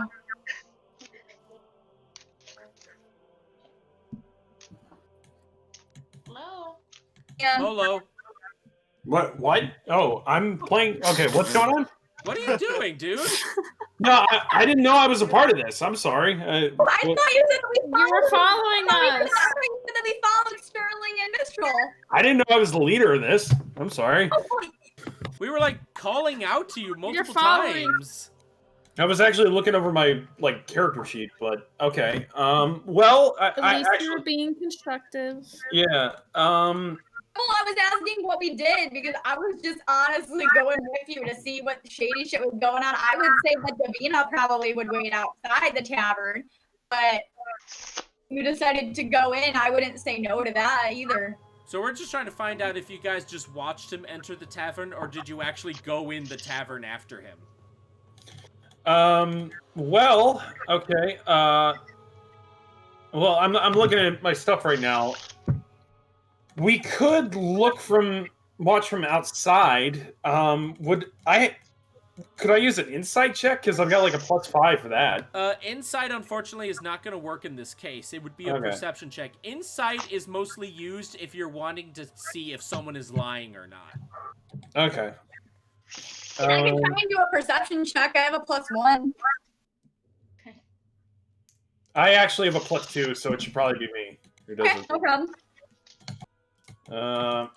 All right, we'll do a perception check for outside the window looking in to see what he's up to. I'm technically helping him just to get advantage because I'm like kind of scoping it too. Yeah, go ahead and give him advantage for that. Okay. All right. So first roll is a 21. Second roll is a 8. So Okay, so 21, obviously. You see Sterling 21. just kind of standing around in the middle of the tavern. He seems to be No, looking 26. He's just kind of milling about looking for someone or something. Sterling, what are you doing? I am looking for people not as experienced as any of the Great Blades, but henchmen that maybe look like they're brand new to adventuring. Unfortunately, you don't see a lot of those kinds of people here. The few people that look like they are adventurers are already Greyblades members. The other people here just look like local merchants and such. They're just like on their breakfast break. How about anybody that looks like they might just be like a laborer of some kind? You actually do see what looks like a couple airship dock workers just kind of tucked in the corner. They're just having friendly chats with each other, but they don't look like fighters, though. Okay. Yeah, that's no problem. So I go over, or excuse me, I like lean into Mistral, and I say, all right, so the goal here is, and I gesture to like the laborers, and I say, we convince them to join our party, and in doing so, if they come with us and after the job is done, we will pay them a percentage of what the noble will pay us. So if the noble pays, if the noble pays 70 gold per party member and we hire 3 people, but we only pay 25 gold to each of the laborers, you see what we'd be making in the profit? Yeah. So 45 gold a person. I kind of like gesture to like the 3 laborers in front of me, and I'm just saying we could make an extra 135 gold. But we might have to. I'm sitting there and I'm like this. I'm like, we might have to dress them up to look the part. I'm sure we could figure it out. I'm sorry, I'm so confused. Ask Carly. We already have a team. Why are we buying more people? They're adding more people to the party because the reward is 70 gold per person. They're adding more people to the party to get more 70 gold per person. For fuck's sake. So lame. We doesn't come cheap, okay? So yeah, no, I'll stroll over to the group of people. Do we have a guarantee that that Lord British is going to be down for this? You don't know. You never met him. Lord British. They don't know how many people are in our party. So, Sterling, you walk up Anyways. to those people? And I'm nervously walking behind. They haven't really noticed you. They're too kind of caught up in their chats. Yeah, no, I just go. They all just kind of stop, and they all kind of look at you, giving like that weird Popeye kind of look, and it goes like, "And how can we help you out this fine little morning, little guy?" You know what?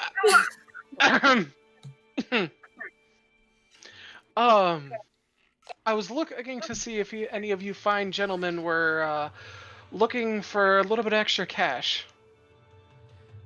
Their ears perk up at cash, definitely, and all of them just kind of go like, "Ooh." And the first guy who talks to goes like, hold on. Why? What do you need us for? I say, well, me, and I like pat Mistral on the back, and I say, and a few of my friends are in the need of assistance on our travels. I say, what do you guys, what do you guys do to get by?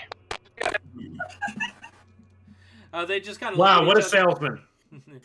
They just kind of look at each other, give each other a weird look before giving you a weird look, and goes like, "We're airship crewsmen. I mean, can't you tell by our uniforms?" They're what? Airship crew members. Airshipmen. And I almost want to barge in and help out Sterling, like, because I really want to use some of my I really want to use some of my attributes that are like +5.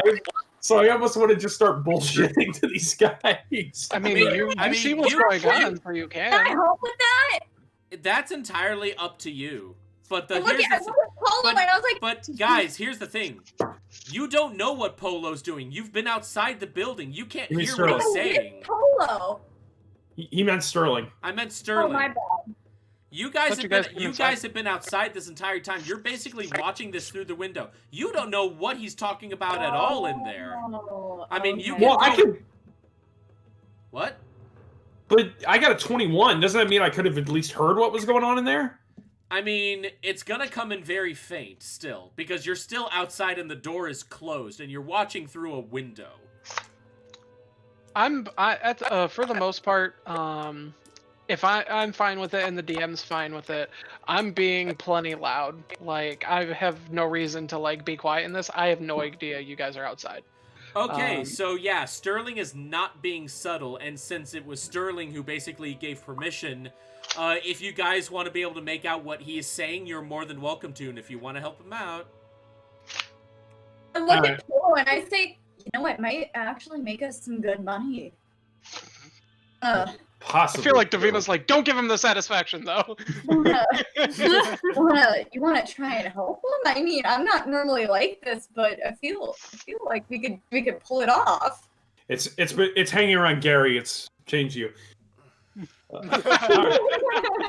Gary. All right, so can I do a deception check to try to help out Sterling a little bit? You would first need to actually go into the tavern and try and make an argument. By the way, where is Yip right now? Yeah, I've been wondering where Yip is. Where's Yip and Atarax? Are they around? Atarax is talking to Gary about like how nothing fits with like spines and like. Atarax is still at Gary's, and where's Yip? They put on some cake. They're having a good time. Eden's just there too by them. Weekend at Gary's should be the name of this episode. Yip is I'm waiting for my squirrel cloak, you know. Wait, guys, shut up! Yip is talking. Yip's kind of hanging around Atarax, trying to make sure that the party isn't split up too much. Like a buddy, it's a buddy system. We're making sure somebody has somebody. Eden's with him, just like. Yeah, but how do you know that? Because you're there and they're at the tavern, like off the road. How do you know what they're doing? You know, Atarax is his priority right now. Okay, so you're sticking around Atarax. So we got 3 people at Gary's shop. The other 3 trying to come up with a con to get more money out of the noble. The other 4. I look at Polo and I think I have an idea. Because me and Mistral kind of look alike. What if we go in there How dare you? like her something, and that we're both in the same scheme. Well, not scheme. That we're both doing the same job, and that you're like our brother or something. That don't look nothing like us. Well, Carly, what's your bonus? Adopted brother. What's your bonus for deception? Hold on, give me 1 second. Your deception is 0. I have an idea. Yeah, my bonus is 0. My bonus is +5. I have a better idea. What? All right, what's Mitchell's idea? Okay, so I have this like nice little spell that I can cast called Charm Person, and I can charm them into being persuaded to go along with our plan, and I can charm up to 3 people, coincidentally. I mean, if you Look at me using my bard powers. so That works too. When the spell ends, the creature knows it was charmed by you, which was the duration is 1 hour. Oh, goddamn. Did I? Fine, we'll deal with it later. When the spell ends, yeah, but by that point, they're already on the trip with us. So, like, they'd be convinced by then. I mean, you can try it if you want. I will try it. Let's see. What do I... This turned into a whole thing. I was just planning on like showing up with 3 makeshift squires. Yeah, welcome to consequences. And dude, this is what it's like being at a party. Not by yourself. It says they must make a wisdom saving throw. So you're casting it right now? Sure. Okay. So that's going to be 3 wisdom saving throws, 1 for each person. Yes. 1 succeeds. So does that mean me? The Davina, second one succeeds. Oh. This is not ending well. The third one fails.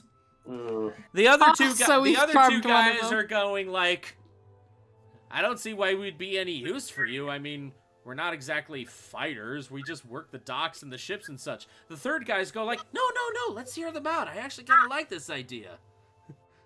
Okay, in that instance, I barge through the doors and I say, Mistral, Davina, your sister, did you find other people for our job that we're doing? By the way, Sterling, dear brother, good to see you. Oh God. Oh God. Mistral just kind of like covers her face like, oh God.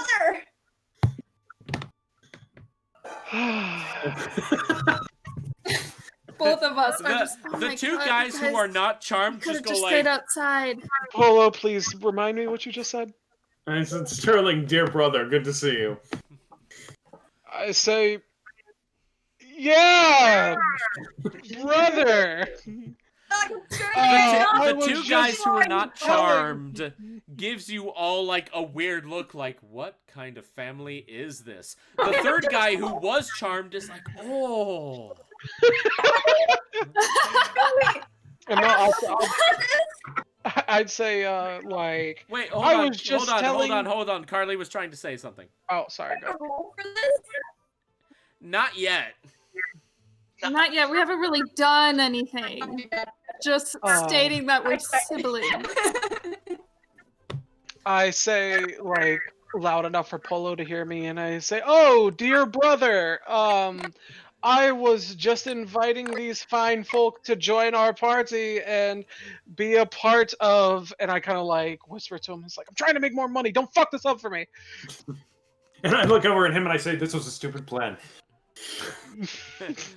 I look at Sterling and I just go, oh, there you are, you bum. I've been looking all over for you. You leave me alone with this one, your brother? How dare you?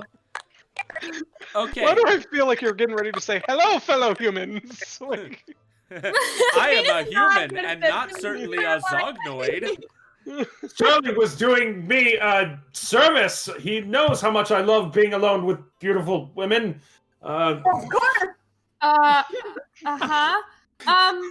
So anyways, boys, would you like to join us on our adventure? Okay.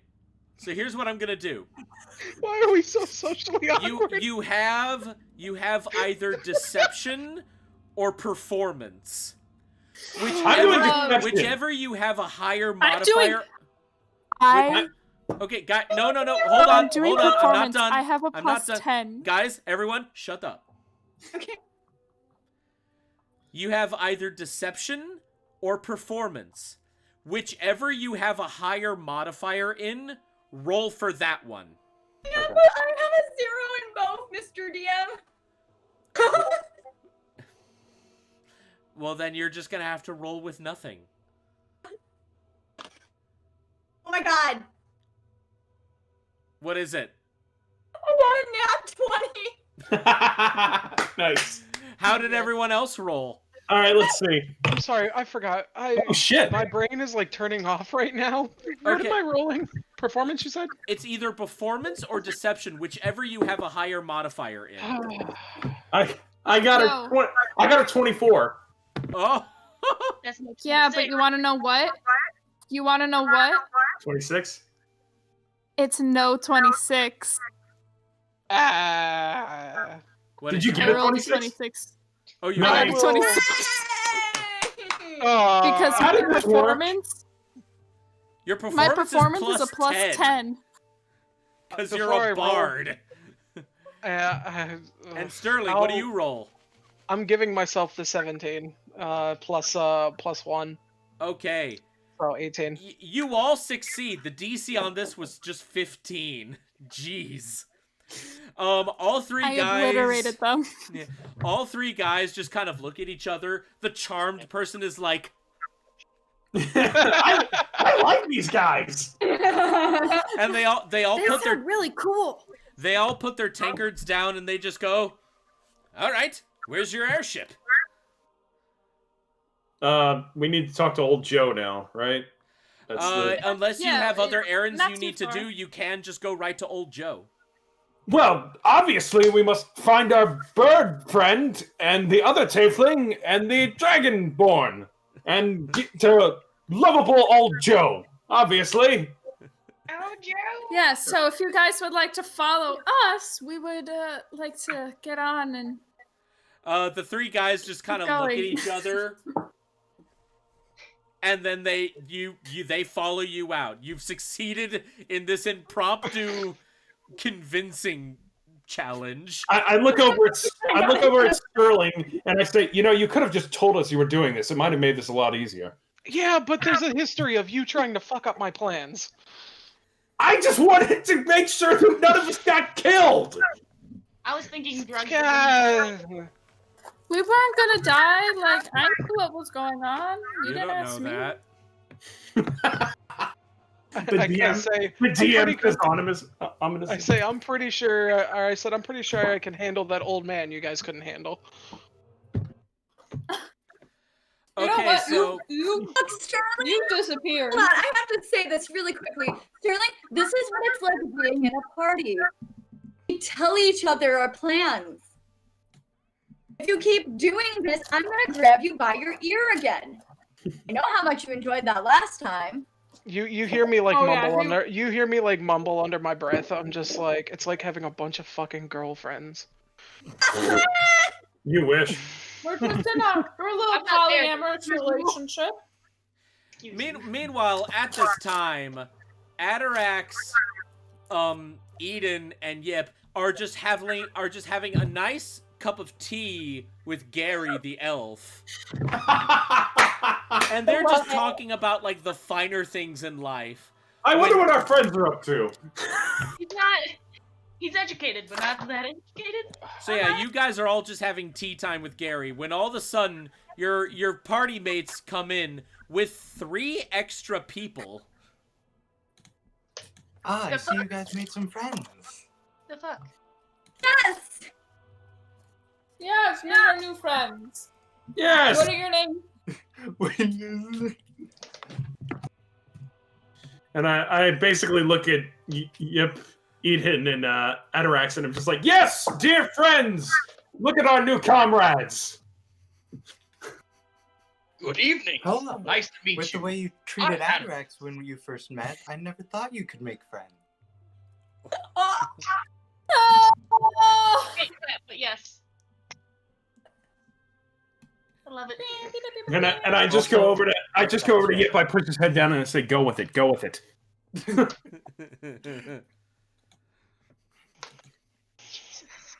So what do you guys do now? I'm So you guys literally, all like, ready looking to at- head to the ship? Yeah. How many of those squirrel cloaks did I get? Okay, so So considering that this was like an original project that you needed to have commissioned, this one is going to dock you about 20 silver. But considering that this curtain cloth was used originally as a cape, considering how tall Davina was and considering the average size of a squirrel, you were able to get 12 little capes. Fantastic. I got it. If you die and someone loots you, do you understand how confused they'll be? Let your fingerprints. No, my squirrel army! One for every finger. One goes on the tail, So, one in the horn. are you just Kronk then? Squeaky, squeak, squeakum, squeaker, squeak. Hey, Peter, I can speak squirrel. Peter. Hey, Peter. Okay, anywho, continuing. I guess we To go the to ship. Yeah, I guess we go to see old Joe now, right? You guys go to the ship? All right. Old Joe and your airship from Dallin Outpost has been there this entire time. And he's just kind of like, he's like buffing the side with a cloth. He's whistling a little jig to himself. And He's flipping through Tinder. What? He's flipping through Tinder. He's flipping through Tinder on his phone. Steampunk Tinder. No, Grinder. No, gee. He would be on Grindr. He's a pimp. We don't know what he does off screen. But then he just kind of looks up from his phone and quickly like throws it away to get back into character. And he just goes like, it's like, oh, I see you guys are back. And oh, you made some new friends, eh? Who are these guys? Hey, Joe. Hello, Joe. Nice to see you again. Oh, it's nice to see you Joe, too, you're so dearie. kind. What? Ooh, what? Mistral, you're muted. Hello. Hi. I realized that as you said what. Joe, how are you doing? How you been doing on the little ship while we've been out adventuring? No, I really can't complain. Mostly just stuck around here, kept the ship in tip-top order, waiting for you guys. But I see it looks like you're all ready to go, so where are we going? Why, to the wonderful land of Lunis, of course.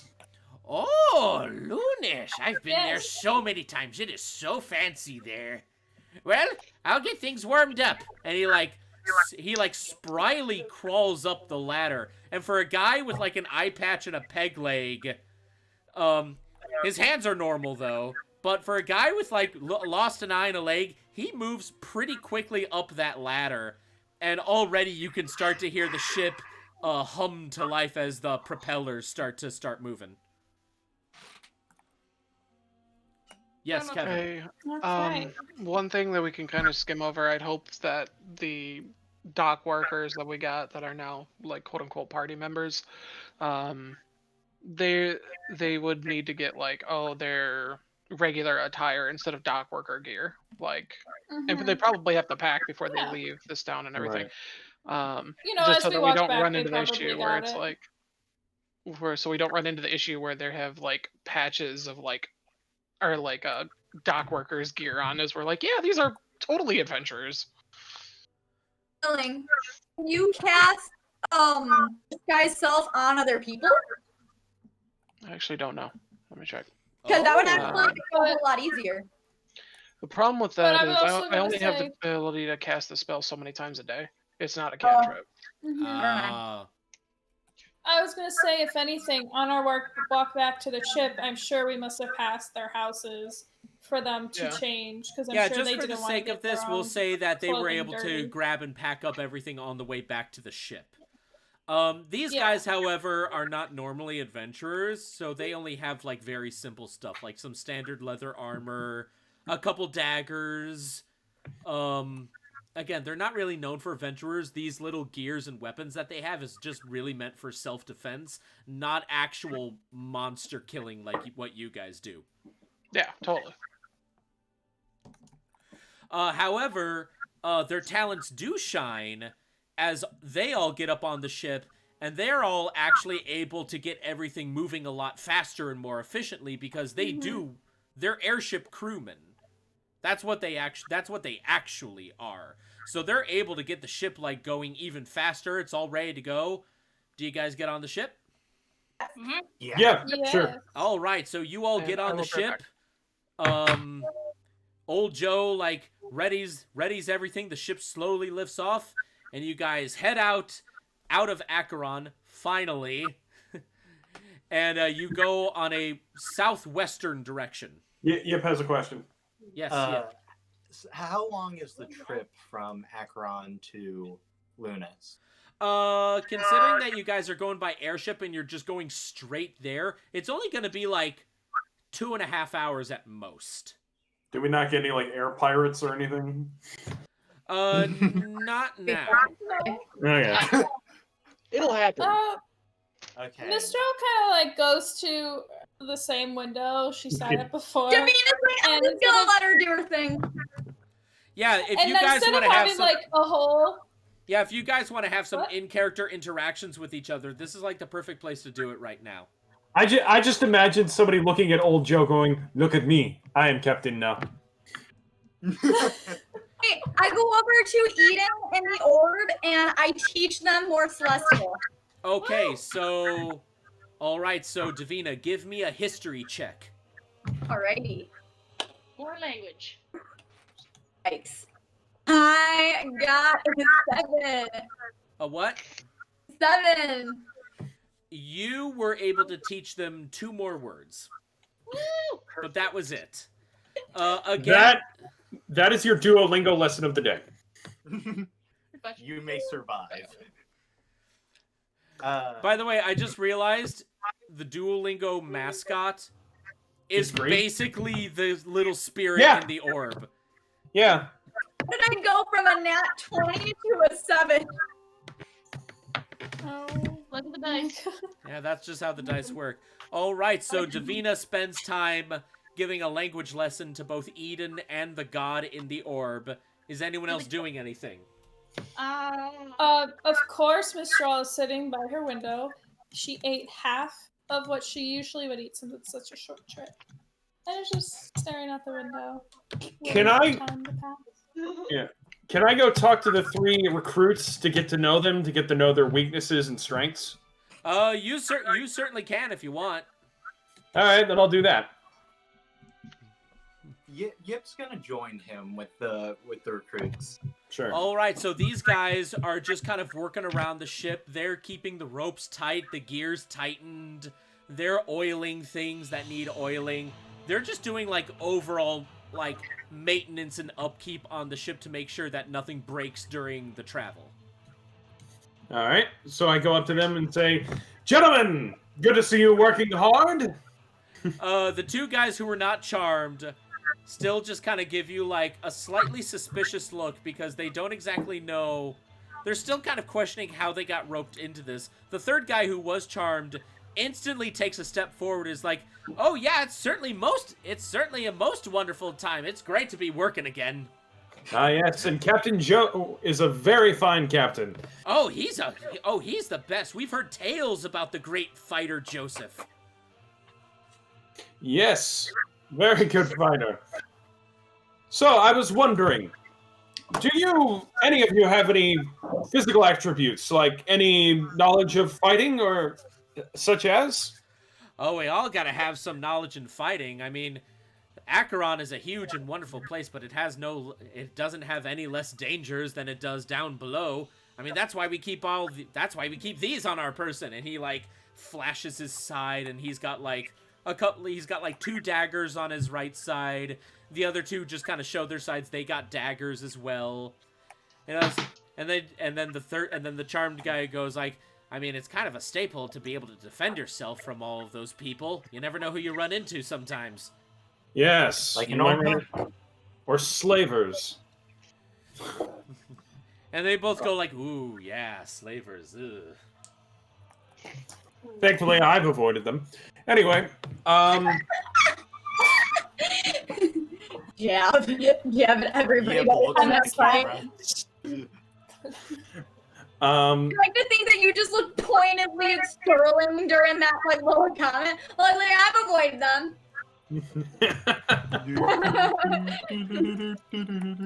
Well, if you're ever in need of any training for any sparring, just let me know, and I'll be able to help out as soon as I can. And I'm sure Yip will do the same, won't you, Yip? Yes, you'll help out, right? Quite. Good. With Yip kind of going along with this, the other two guys who are not charmed seem to kind of ease more into their placement here. But they do give like a very friendly nod in acknowledgement, and then they just start to get back to work as well because they are crewmen. This is what they do. All right, and I say, well, keep up the good work, gentlemen, and we'll see you later. All three of them give you a hearty salute. Yeah, I turn around, I look at Yip, and I say, I don't know how long I can keep this up. Oh my god. Does anyone else want to do anything? I'd like to, unless anybody wanted to interact with it, on the deck of the ship, like once things like settle down, everyone's like in their positions, whatever they're doing. Mistral getting high, most likely. It's 2 hours. It's not a long trip. Well, Time is relative. Yeah, no, just the audience would see like me actually filing away at. So you know how shackles work, right? There's a shackle, there's a chain in between, then another shackle. Yeah. For the shackle that's meant to be on the left hand, you'd see me like filing away at it to like break the chain away. But that's all you guys would, or the audience would see, like from there. Yeah, just wanted to add that. All right. Is anyone else doing anything during this whole trip? I guess Yip kind of, after talking with the crewman, just kind of pulls Polo off to the side of it, and he's like, "Hey, I'm sorry about in the cave in the beginning, kind of trying to hide the orb from you, all of you.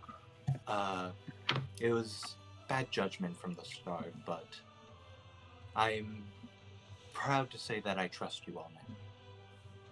I'm very glad to hear it. And in spite of... Who currently has the orb? That's a good question. Still Eden? Okay. Because I was teaching the orb in Eden. Yeah. In spite of my antisocialness, my love of being alone, I do have to admit that I have grown to trust everyone here as well. Almost. One more?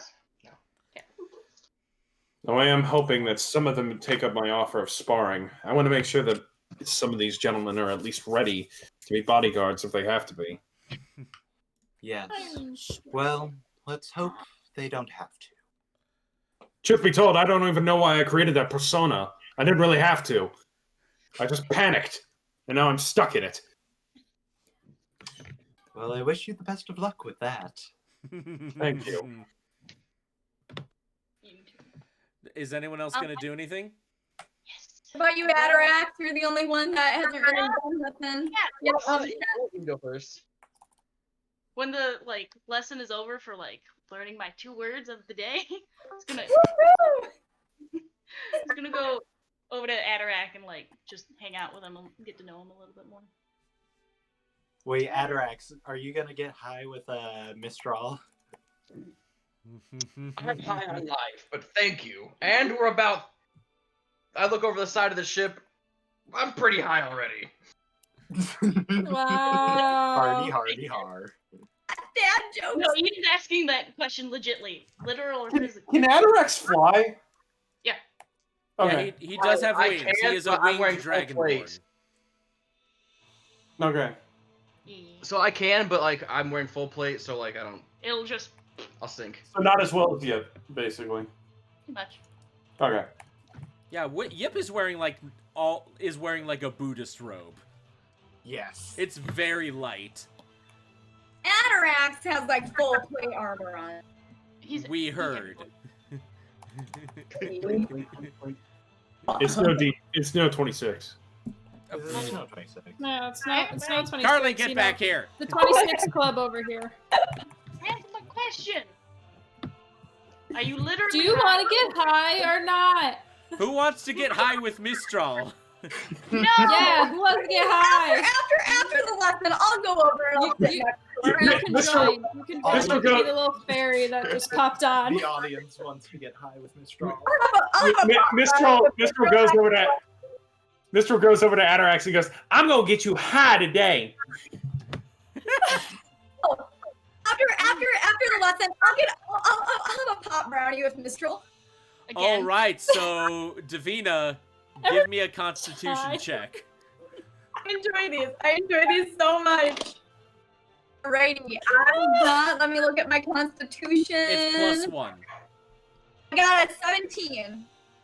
All right, you feel like a slight tingle, like start in your chest, and it just extends out your arms. And you just feel like your pulse slow down. You don't see anything. It's all just feeling. And you're just like, ooh. So she's not having an episode of hamsters again, is she? No. Nothing bad is happening. She's just kind of feeling it vibrate out her arms. Okay. No hamster heads. Is then. anyone else gonna get high? No. Again, Yip is just if I don't see it, it's not happening. If I don't see I look it, at Yip and I say, Yip, you want a brownie? You feel I tried it before. I tried it in the first episode. I'm not doing that again. No, I just shoved weed in your mouth the first episode. Yeah, no, I don't want to experience that again. That was horrible. You didn't experience anything. You rolled high for a Constitution save. Oh, come over here and have a brownie. Bomb.com, my dude. That's what this episode has turned into, peer pressure? That's what we're doing now? Yes. peer pressure. 100%. This is a very special episode of Song of the Wild. Join us. Join us. No, I think Join somebody needs to keep their wits about them, so I'm going to say... Join us. 2 hours. I posted 19 in another language to my friends. I deserve to take a load off and chill out. Oh, I fine. only give Davina like a very small amount, but it affects her so much. Last time I had Davina's a massive lightweight. Yeah, All right, so Polo's having a pot brownie. Polo, give me a Constitution check. What's my additive for that? Your Constitution is -1. No, of course. Wonderful. All right. 12. Okay. You feel your body just get really warm. And then before your very eyes, everything switches to the opposite color. Everything still sounds normal. Nothing is distorted, but it's like you're looking through an old cassette video camera and you just switch the view to like opposite color. That's what you're seeing right now. I don't even know what a camera is, but I'm still able to do this. How is this happening? So like white has become black, blue has become orange, like everything is just the opposite. Again, all proportions and images are not distorted or anything, and your hearing isn't affected. It's just your vision. My perfect knowledge of the color wheel has Feeling betrayed it me. now, Mr. Krabs. I'm feeling it now, Mr. Krabs. I heard that. Is there anyone else that's gonna get high? No. Jimmy raised his hand. Give you a pop brownie. Okay, so you know what? We'll just say that one of the crew members is named Jimmy, and he has a pot brownie, and he rolls...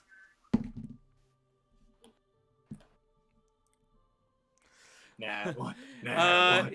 rolled a 9. Oh, And he just eats it, and he's just kind of frozen there.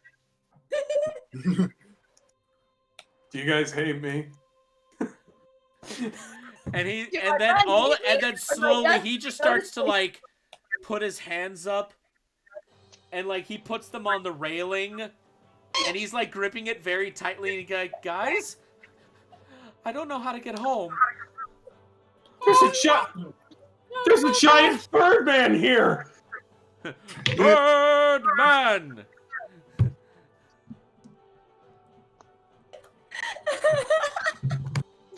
God. Who's at the door? Who's at the door? Who's at... I don't know how to get home. Yeah, Carly My- got it. Is this the one that's not charmed?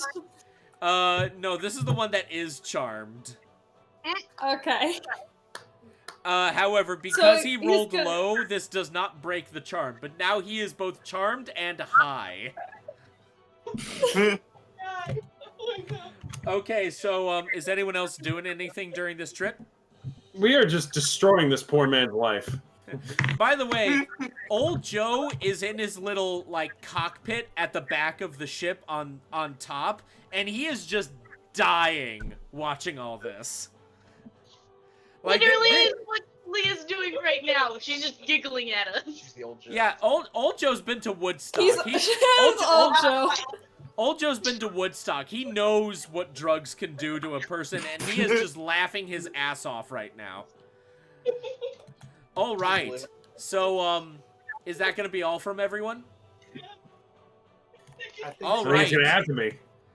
All I right. feel like So, Atarax and old Joe begins his descent, and you go through the clouds, and you see before you, like, a sight that only a couple of you have seen because you've traveled around, namely both Mistral and Divina, because they've actually been here before. What you see is a large fortress city.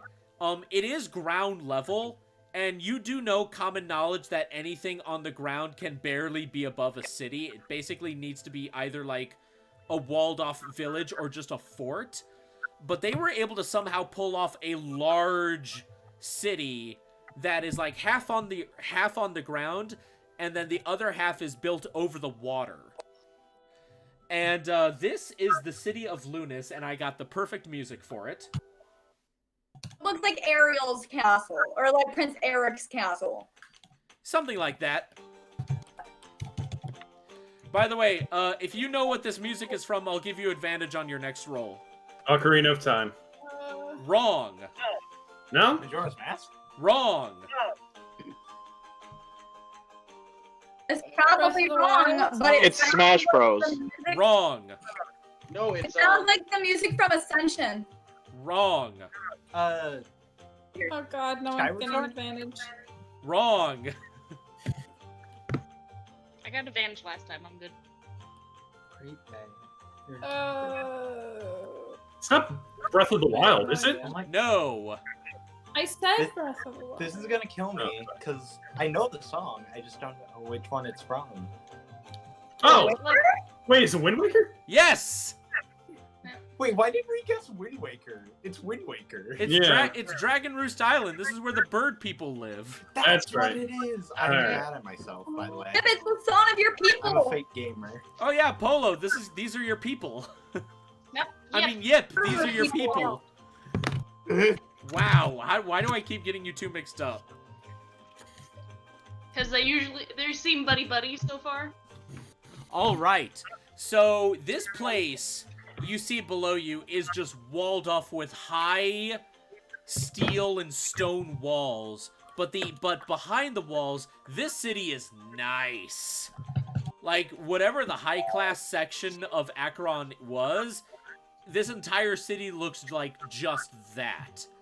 And you see, like, nice boardwalks going out into the water and such, and you see what actually looks like quite a few large, tall ships that are at those water ports as well. Your airship slowly makes its descent, and you come onto a large landing pad, and before you actually seems to be a large welcome center, and on the building is the symbol of the Greyblades. This seems to be like their official like office presence here in Lunas as well. The ship docks, and old Joe like powers down the engines and such, and he just kind of like tips his hat and leans out the window of his cockpit going, "I'll be here when you come back." Aww. I don't know. Your three new team members basically are now gathering up like supplies of whatever you might need, and they're already starting to like unload off the ship and walk out onto the pier. like game question. How long does charm person last? I'm sorry? How long does charm person last? That is actually a very good question. 1 hour. Mistral. 1 hour. They would be not charmed anymore at this point. Yeah, at this point they're not charmed, but you still pulled a very convincing performance back at the tavern. So they're still kind of going along with it. The third guy who was charmed, he's like walking off of the ship, and this is what he does. Aww. And he now realizes He's like, I'm really hungry. Anybody else really hungry? No, I look at him and I go, "Hey Jimmy, you okay? That pop brownie doing a little not too good for you?" And it's like, I am really hungry for a reason. I don't know why. And he just kind of continues walking with supplies and such. Yeah, I'm a bit hungry myself, to be honest. All right, so now here's the way this whole little landing pad is set up. This landing pad is like on a little like corner of the city. In order for you to like exit the landing area and enter the city proper, you are gonna have to go through this Grey Blade Center. Chill with that. Okay, so you all make your way through? Wait a minute. It's not going to be a problem though, because we have 3 new people with us that aren't Grey Blades. That's up to you. However you want to spin it. No, we're fine. Alright. They won't ask questions. Just keep your head down and just keep walking. We just need to walk through. Alrighty. Sterling, are you okay over there? You've been pretty silent. You're also muted right now. Yeah, no, I'm fine. I'm just basically following the party at this point. I got what I needed done. Okay. All right, so you go through the welcome center. As you get there, though, you are greeted by a large, not a large Goliath, and he is just standing there with a giant battle axe, and he just kind of looks down at all of you, giving you a very inquisitive look. But then he looks down and he sees your badges, and he just kind of gives a little smile. And he goes like, welcome to Ludus, little guys. What brings you here? We have a mission. We're doing. I guess I have the. Do I have the flyer? Yeah, you still got the flyer. Okay, so I hand the flyer to him and say, "We are here on business of the matter of Lord Edmund. His name is shit. Where to go? Baron Edmund. Baron Edmund. Yeah. The Goliath like plucks the paper and he looks at it for a moment, kind of looks at all of you, kind of gives a little nod, hands you back the notice, and then he walks over to a window and he just like points out of it. And he goes like, "You see that large tan manor on top of that hill? That's Edmund's estate there. You're gonna want to head straight there." All right. And then he walks back to his post. Thank you, sir. Excellent. So I guess we should probably head just straight there and get this started. We can head to the Great Blades Tower later. So We totally can. Like a good plan. And remember, you guys are also here to check out that library. Right. Yes. Right. But we have to make it look convincing that we're actually here solely for, Yeah. you know. Right. All Like, right. we check out the library later. Should still check it with the dude. Well, we were told by Varric that we should probably get out of Dodge like as soon as possible, like as soon as we were done, because they're gonna basically do some shenanigans here that we don't want to be a part of. Right, but the thing is, if we don't at least immediately look like we're here solely for that mission, they're going to start getting suspicious of why we're here in the first place. So... Exactly. So let's go Before at least check in. Davina looks for a bathroom. Yeah, so does Polo, actually. All right, so why don't we take this time for just a quick potty break with everyone? All right. IRL potty break.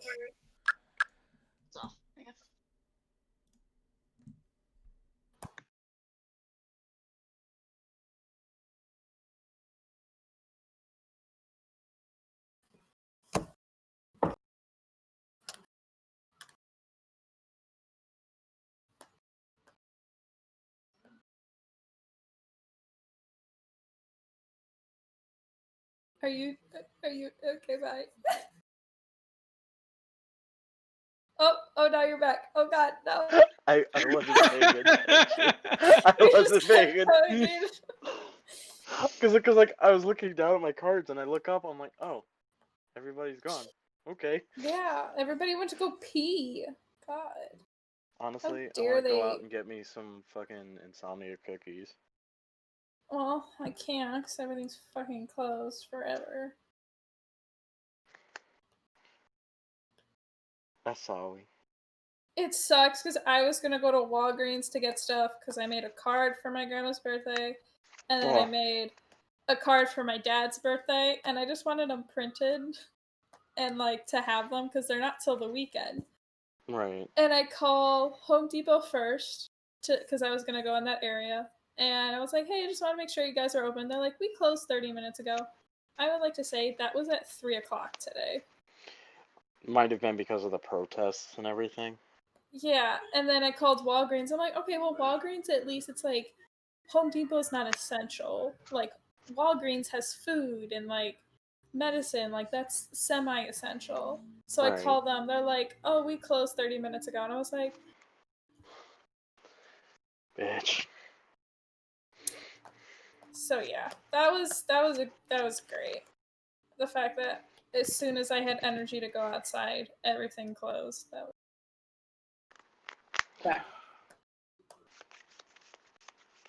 Alright, I did not want to interrupt your story, so me and Jimmy were just aggressively waving at each other. Also, Jimmy found his way home. Good. I'm happy. It's really fun. Guys, I don't know how to get home. Guys, I don't know how to get home. Help. Help. What's happening? Would you like to be Jimmy in this episode? Should. I am. I mean, can we let Jimmy or James be Jimmy in this episode? I mean, Just as, to give commentary. as Evan They're was really funny. kind of he was doing like what Jimmy would be saying and do. I was just like miming it over here, and I'm like, I have been watching that. That was great. I'm lost. It just felt Ben, like a Okay. good Hey, episode. you didn't of say yes or no. So, I I don't would think you can like hear us. to show my magic trick again for those who didn't see it last time. But Yes, let's I see. have a perfectly fine deck of Magic the Gathering cards right here. Mm-hmm. Hell yeah. And so it can be done with even magic cards. So Okay, I pick a want card, this any one. card. Oh, this card? Oh, Yeah, that this card. forest? This Yes. this hollow forest? Yes. Then I Hollow, put like- it on top of the deck and is this your card? Oh my god! Oh my Wait, god, wait, it I'm about to is. make y'all laugh. Are you ready? Mhm. Oh my god. I'm sorry. It was so late. Oh my And can you god. hear? Okay, so we have a request. Can we make Jimmy be the voice of Jimmy throughout the episode? To You add, know like, what? commentary. Yes. Yay! So, Yip, I have a question for you. I have an answer. Is Yip a buff boy? A buff boy? No. Yeah. No? He is Like, old just- man, but surprisingly strong. Okay. Surprisingly dexterous for an old man. Because, Okay. like, Aarakocras, they typically live to, like, mid-30s. He is 46. Okay. But he, like, has, like, a very strong strong aura to him. Yes. Okay. Alrighty, I think we're all met, Evan. Okay, we're all here. We're all back. Mm-hmm. All right. Music starts up again. Oh. Wind Waker. Aha! All right. He So. gets advantage next time he rolls. All right. So, are you guys going to just go straight to Baron Edmund's manor? Yes. I think that'd be best course of action. All right. You guys hoof it all the way to his mansion on top of the hill. That's Now, of course, it being a noble's manor, there is a gated wall, and a couple guards are already standing there. Now, the moment you all approach, they instantly, like, get their spears at the ready, and one of them goes like, "Halt! What's your business here?" Polo. We're here for we saw a flyer for a job regarding bodyguard work for the Lord. Banquet he's having tomorrow, I believe. Any way to identify that you have this request? We have the form. Yes. Sorry, I thought I was holding that out. Okay, the guard just kind of plucks the paper out. Still and goes calling like, out for the brownie. Yeah, for all of you that had brownies, the effects have, like, worn off, but you're still kind of feeling, like, some residuals. Yeah. I'd like to think that he, like, has his hand out like this, but he's holding nothing. Yeah. He's like, look. And he's like, oh wait, I thought I had it out. Oh, okay, here you go. The guard just kind of gives you a weird look, but then he just kind of shrugs, looks back at the paper. That is the Lord's seal right there. All right, open the gate! The gate slowly opens, and the guard just kind of gives you, like, a polite bow and goes like, "I will take you to see Baron Edmund himself." And he just about faces, and he escorts you through the gate into the large manor. This place is very high class. It is ornate. It is exquisite. We're talking, like, it looks like, the best way to put it is that the interior looks like, I don't know what the exact name of this location is, but it's where, basically, what's his name? What's her name? It's basically where Marie Antoinette lived before she got beheaded. Oh, I love that. We're talking like French royalty. This place is that nice looking here. God, yeah. There's like butlers and maids everywhere.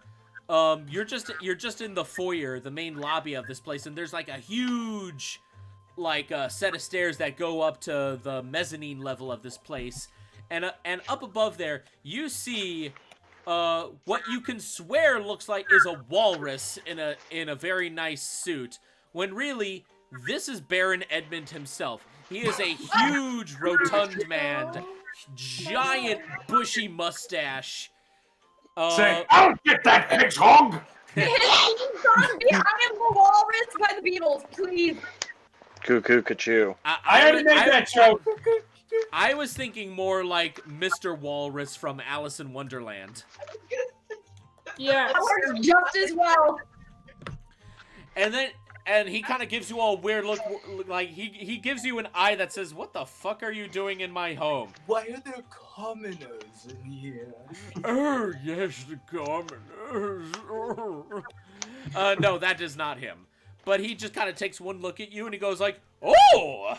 And he just, like, for a man his size, he is able to quickly, like trot down these stairs with, like, great agility. Tell me a good show!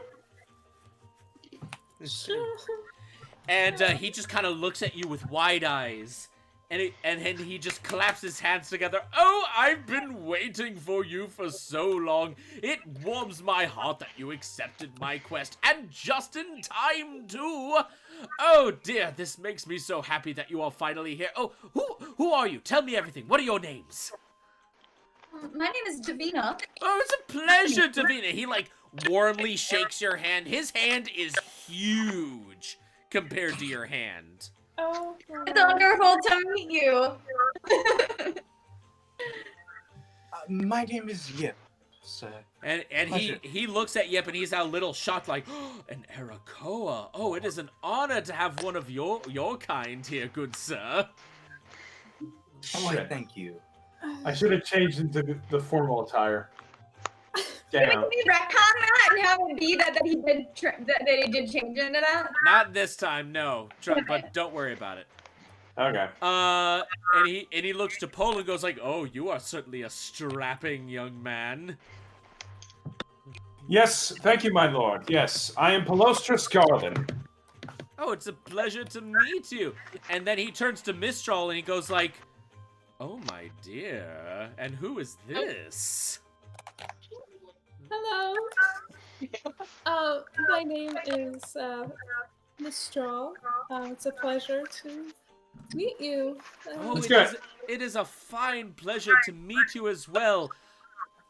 Then he kind of narrows his eyes at you.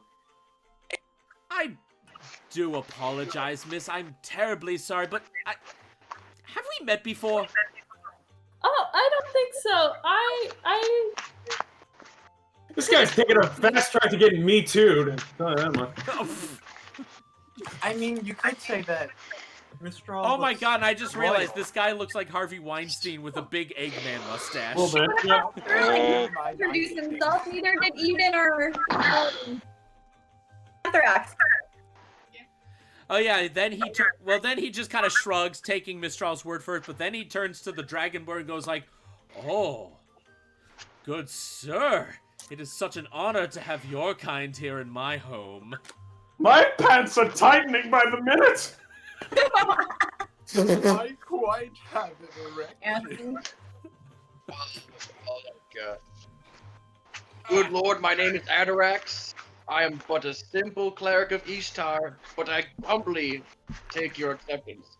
Oh, Ishtar. I've actually heard of Ishtar, one of the lesser gods, but it's such an honor that she still has worshippers these days. You do your fellowship a good honor. And then he just walks away from you. And then he looks to Sterling and goes like, oh, now you certainly carry yourself of someone of importance. Who are you, my good sir? I say, I'm Sterling. I'm the leader of this group. What? excuse me. No, Davina doesn't say that. Sorry, that was all Carly. However, this guy just, like, takes it hook, line, and seeker, and he, like, shakes your hands with, like, both of his, and it was like, oh, and it's such an honor to have someone like you and your team here. Oh, I am so excited to have you all here. Alright, alright, so let me give you the details. Walk with me, please. And, as you're all walking with him... Oh, wait, back up. Rewind. He then turns to Eden. I'm so sorry. So many. I saw two tieflings and thought they were the same person. I'm sorry. You know, he actually does say that. He actually does kind of say that. He goes like, wait. We all go like, He's like one of those... Same color of a tiefling. He's like one of those old racists who's just kind of doesn't know what he's talking about. He's got no filter, basically. He's got no filter. He's rich. He doesn't need a filter. But then he sees Eden and he's like, oh, there's two of you. Yeah, there's two of us. Yeah, and who are you, my good sir? My dear lord, I am. And just gives like a little bow. As you bow, your fox pokes its head out of your bag. Oh, god damn it, Axel! God damn it! Oh, and who is this? Got it memorized? And who is this little creature that you have? Oh, he is adorable. He goes to pet Axel, and Axel like snips at him. My dear lord, I am so sorry. No, Oh no, it's quite all right. It didn't get me. And he just kind of gives the fox a little dirty look, like you and I are now eternal rivals. Well, What about the other 3 people in the party too?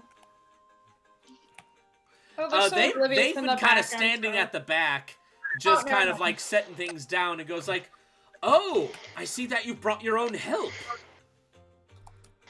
Oh, they're more And just I- traditional. I put my hands around two of them and say, yes, these fine strapping gentlemen have very graciously helped us out in case you needed some extra help for the work. Oh well, certainly the more the merrier. Then this guy's just eating it up. You don't even need to roll deception. He just believes you. All right. Well, now that that's out of the way, come walk with me. Let me explain the details of what is going on here. For real this time. For real this time, yes. As you guys are walking with him, he's just giving you a general tour of his estate. He takes you through, like, the study, the very lavish-looking kitchen, the dining room. He's got his own massive ballroom, which is where the banquet is going to be held. This place basically, while the building itself is not as tall, it's big enough to house a ballroom that basically looks like it came out of Disney's Beauty and the Beast. Yes. Love that. Ready to party. Does Miss Troll actually do that? Does she act gangster? No. That's more of like what's happening in her head, but like outside, she's like, Now then, my newcomers, here's what is happening. Tomorrow night, I am hosting a banquet here. The reason why is because, well, not only so I get to see all of my good chaps every now and then, but I'm actually showing off some new collections that I've recently acquired. Come, this is why I hired all of you here. And he takes you, to this back way, out of the ballroom into the courtyard of his estate. And it's a very nice courtyard with neatly trimmed hedges, some gardens of flowers and such. But up ahead, you do hear, like, a hard rustling sounds. And it sounds like something, like, constantly bumping up against metal. This guy, however, doesn't seem worried at all. And he's like, come, let me show you my latest collections. These are going to be the crown jewels of my banquet happening tomorrow. And as he takes you there, he rounds a corner of a hedge, and this is what you see. And I'm actually going to have to turn off the music because it is too happy for this. You see, and I actually have things listed here, you see 4 massive steel cages. Inside the first one, it looks like a giant bull, but the bull itself is made of metal, and it looks like it has green gas coming out of its nose. Like all forms of wildlife, this one has like just pure white eyes, and since its skin is metal, you can clearly see the black tear stains coming out of its eye sockets. And he's like, however, this guy doesn't seem at all concerned at all. He goes like, come, this here is a gorgon. My team of personal hunters were able to capture this fine specimen. Oh, I'm so excited to show him off. Yes, Carly. What is the orb doing right now? Yeah, I was actually wondering about that, if the orb was doing anything. Eden, give me a perception check. What is my perception? Oh, hi for me. Eden, get one. Oh, hi for me. 12. A what? 12. Okay. DC on this was 10 because you literally have the orb with you. The orb is definitely scared, but it doesn't give off a feeling that it needs to get away. But it definitely just does not want to be here. Okay. Now, Edmund then takes you over to the next cage. This one has what looks like a giant... It looks like a giant mole. But if the mole was like a reptile, and the entire front part of it was all mouth. And Edmund just gets happier as he goes down the cages. This is a Bewlet. This one was a very hard specimen to capture. It can burrow through quite literally anything. oh What's my. to stop it from burrowing out of the cage? Oh, don't worry. We've given them all special little treats to make them just a little bit more cooperative and just a little bit more tired. He then takes you to... Yeah, Mistro gave us something similar an hour ago. Oh my god. Guys, shush. He then takes you to the third cage. This one is a very unusual creature. It's like, hold on, I gotta pull up a picture of this because I don't really know how else to describe it. It's a 4-legged creature. It doesn't look like a reptile, but it does look slightly eldritch-like.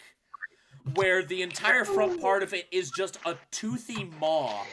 And it's got like 3 large, stocky tentacles coming out of the top of its back. And at the end of those tentacles is just like spikes. Is it Cthulhu? It is not Cthulhu. Put your pants back on, jeez.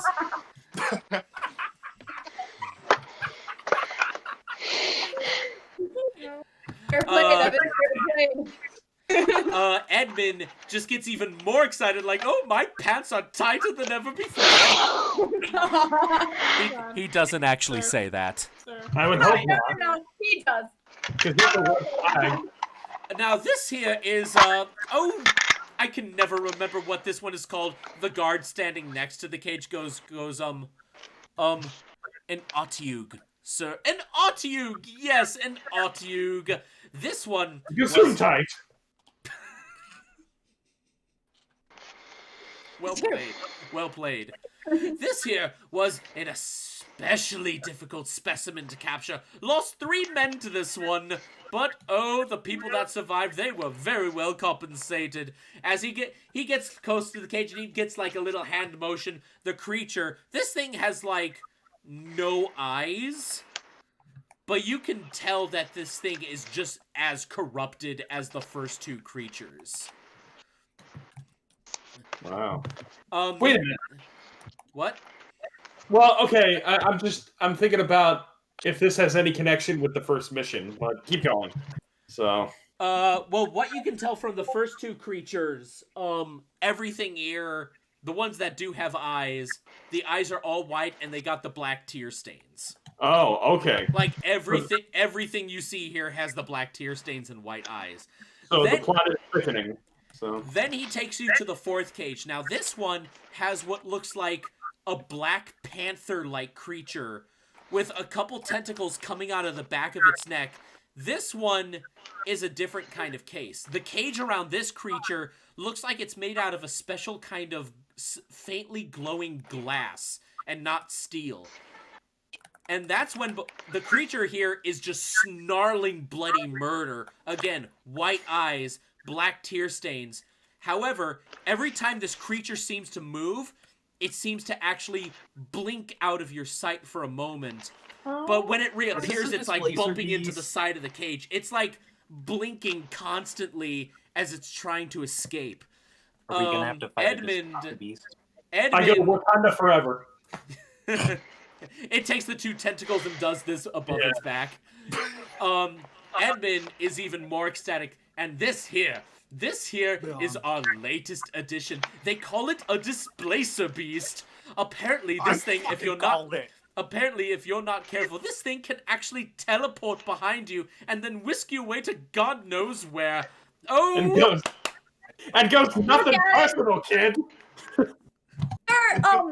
I'm sorry, Baron Edmund, what do you plan to do with these creatures? I'm asking this. Oh, these here are my personal collection. Right now, I just have them captured just for the sake of showing them off to my friends and such. You should know, a lot of my friends here, they have their own collections as well of very fine specimens. Ooh, but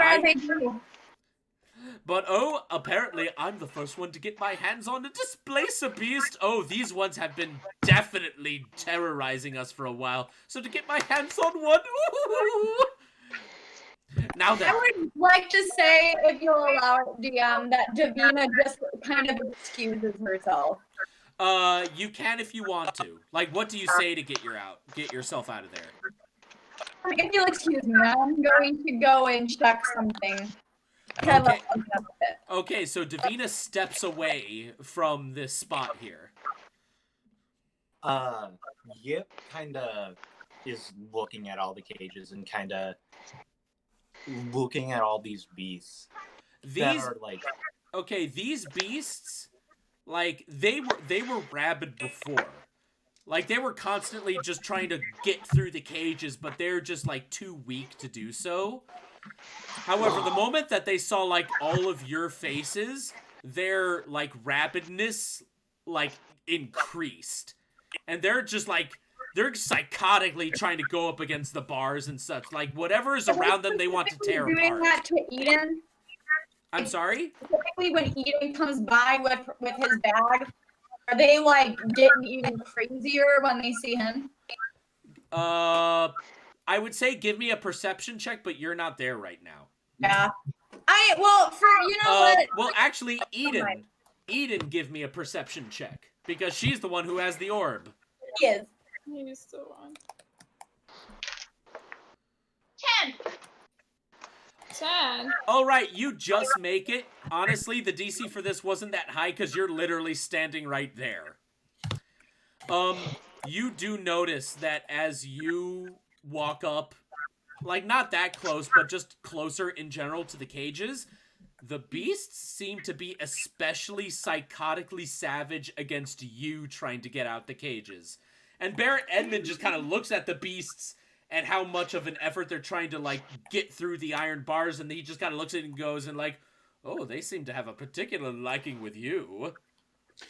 And can I walk over to the Baron and be like, my lord, I believe our leader Sterling had some things he wished to discuss with you in a personal matter. Do you think we could move over to your office or something like that? Oh yes, that is a very good idea. Excuse me, guards. Be sure to tell the servants to fetch us some tea directly to my office chambers. Thank you. Thank you.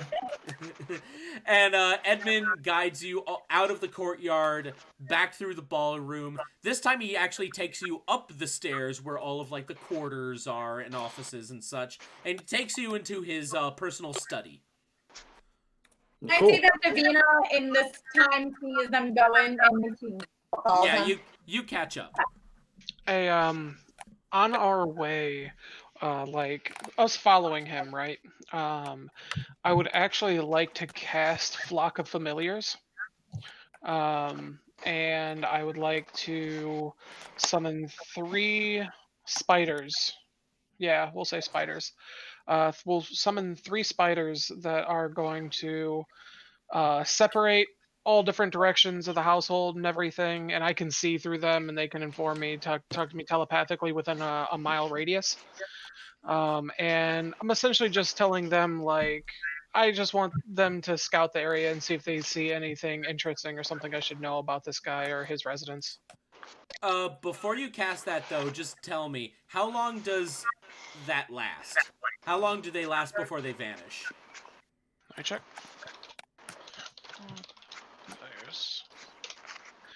That is an hour. I would honestly, and, well, okay, actually, yes, you can cast that now. And they're just, they're already scattering around, they're scouting out the entire manor and such, and they're doing a very good job staying out of sight. It right now just seems like a normal manor. Like, people, like, all of the servants, butlers, and maids, they're all, like, in a rush right now because the banquet is just tomorrow, and this is crunch time for them to try to get everything prepared and such. But other than that, at this time, you don't really see anything out of the ordinary. Okay, yeah, I'll just have them keep, like, running around, trying to, go into the basement and see if there's anything interesting that needs to be there, or just, I'm trying to get a little bit more of lay of the land. Okay. Carly? People arriving already for the banquet? No, the banquet's tomorrow. Well, yeah, but are they arriving, like, if they're from, like, far away? You don't know that yet. Mostly because it's like, you guys... Right now, it's like 10 in the morning. You guys got here pretty quickly, and you guys woke up pretty early as well. So, if people are arriving, it's gonna be a while later today before they do that. Oh, okay. I thought it was honestly like the middle of the afternoon, because when we woke up, we said it was like 7. So literally that all happened in just 3 hours. Yeah, the thing was only like, we took like an hour in town, and then we... 2.5 hours flight to Lunas, Yeah. and then you just beelined it straight to Edmund's Manor. Never mind, sorry. I got the times wrong. I don't know what I was gonna say. Never mind. Yep, just holds up a finger and it's like, never mind. All right, so Edmund sits down in like a huge, cushy chair, and a butler brings out like a I massive. get the big chair. I get the big chair. God, I hate it. Meanwhile, a butler has come with a huge silver platter of a very large tea kettle and a bunch of small teacups. One for everyone here, one for each of you. And he like pours some tea into each of them. And there's like a little thing of sugars on the platter as well. Edmund sits down in his big comfy chair and he goes like, "So, you mentioned that there were other details that you wish to talk about." Yes. As a matter of fact, Sterling, you're the leader. You should be asking these questions, probably. But at the same time, I was wondering, as we are your employers, I hope this doesn't come across as too forward, but I was wondering how the compensation of this employment is going to work exactly. Oh, it's not too forward at all. By the way, I just realized this guy is basically Jiminy Glick. If you guys who know who that character is. He has like a It's roll. not too forward at all.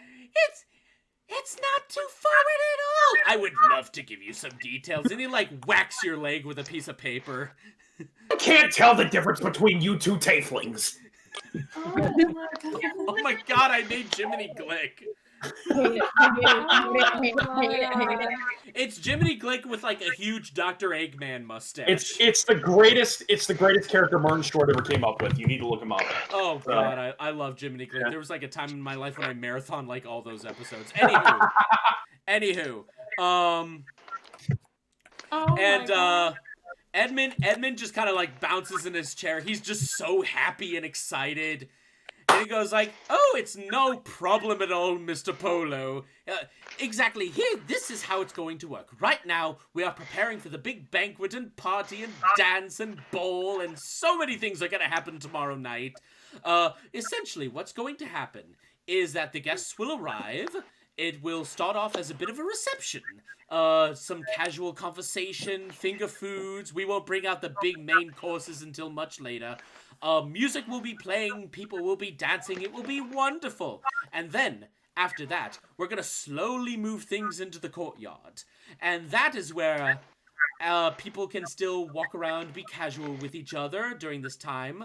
But then later on, we're gonna herd everyone over to my collections.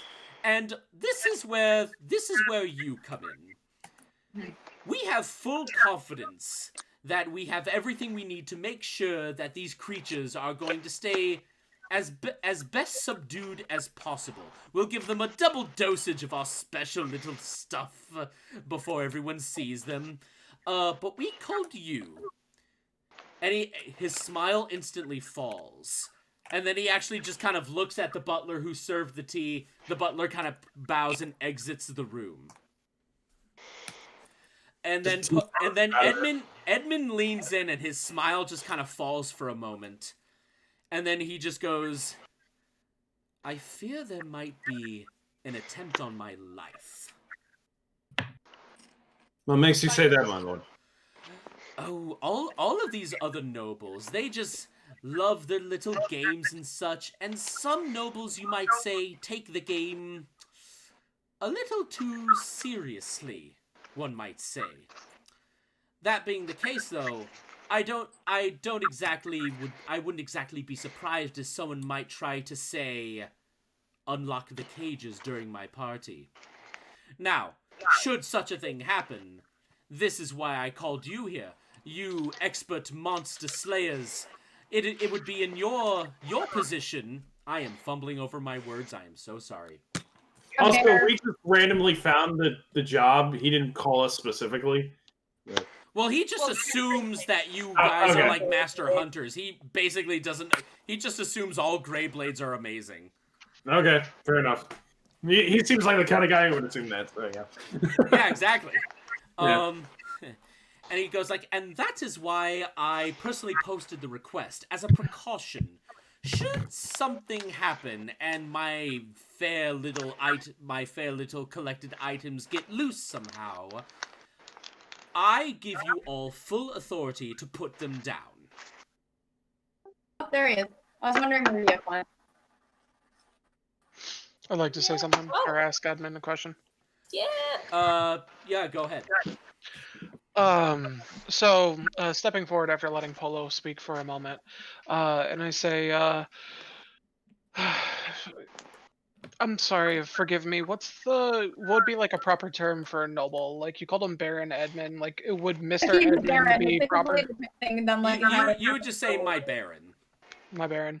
I say, well, excuse me, my Baron. What there's a few things that I must ask you then. Edmund kind of looks at you expectantly, like, oh, sorry. yes? You have the floor. I thought I cut out. I'll say, I'm gonna need a list of names of these nobles that you're speaking of, as well as I need to know the precautions that you're taking on the guests that'll be arriving towards your, or excuse me, in your manor. Pardon me, leader, if I may interject for a second to add on to that. Is there anyone we can talk to who who is an expert on these animals that you captured? Someone who directs you on the proper ways to capture them? Edmund kind of looks between the two, and his eyes fall on Sterling first. Well, to answer your first question, the precautions we have. All my available guards are currently going to be posted wherever the guests are. When they start in the ballroom, all our guards will be in the ballroom. When we start moving things into the courtyard, everyone will be in the courtyard, specifically around the cages and such. And again, like I said, we will make sure to double the dosage of our special little sleeping stuff for the creatures just before the guests arrive, just to make sure that things go along smoothly. But again, as I stated, should things go wrong and they get loose, I fully expect you all to put them down. So if I have to roll a deception for this or whatever, but I'm trying to pull more information out of him. What reading specifically are you trying to find out?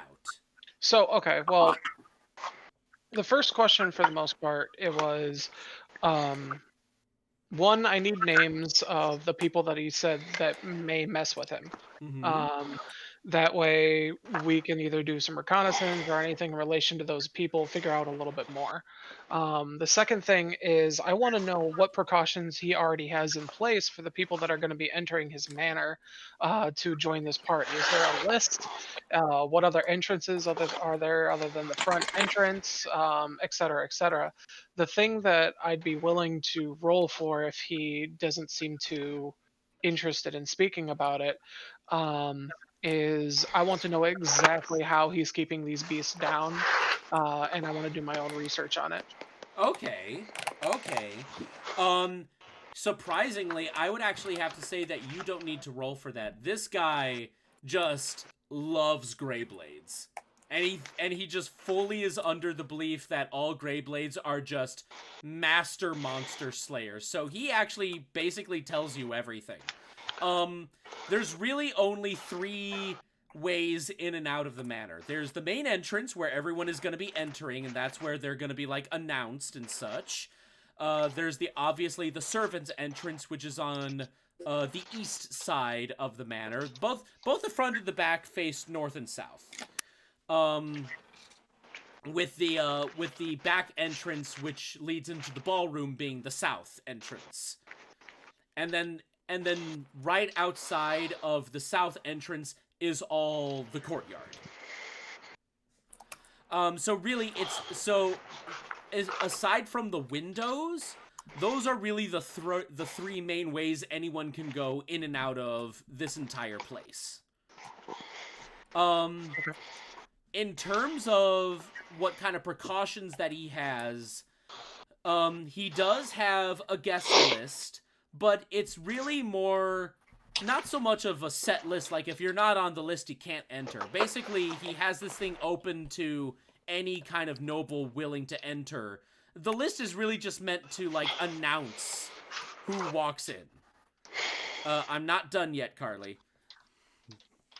Now, in terms of what he's using to keep these creatures sedated, it is like a special kind of it's an apothecary-based mixture. It's more chemical than magical, but basically he's using some kind of alchemical sleep powder. It's powder in form, and he's able to basically, and he explains to you how he does it. He pours the powder into like a giant pot of water, and then they basically take the pot and they splash it onto the creature's head.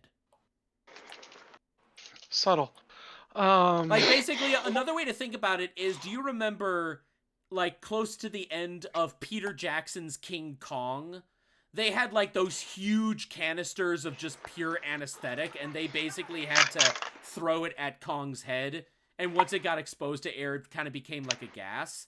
This is kind of the same stuff, except they're not throwing the whole canister at the creature. They just have the canisters open, and they're just splashing the creature's face.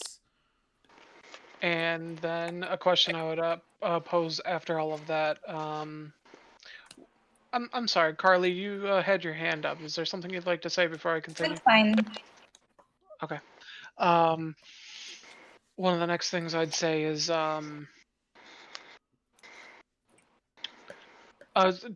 I'm sorry. Does he say that, or does he give me like a list of names? Like, you don't got to come up with all of them right now. He does give you a small list. In terms of names, there seems to be like 10 family names on them. But then again, these are just like family names. It does not signify like how many of those family are gonna be coming. Okay. Yes, Davina. Is Balmaris on it? Balmaris is on the list. I just fucking knew it. I called it. No, I shouldn't. I didn't even have to ask. I fucking knew it. Also, it's you don't need to do a perception check on a piece of paper. Okay. Are there any names on that list that I am aware of? You, on the other hand, you are gonna have to give me a perception check. Okay. Do I know more than just the Balmaris family on the list? A couple names you do recognize, but back in your old life, they were more like friendly acquaintances. Oh, yeah, she didn't really. Yeah. I got a. Where did my dice go? I got a 14. You recognize like a couple other names on that list. Uh-huh. So, the next thing I'd ask him is,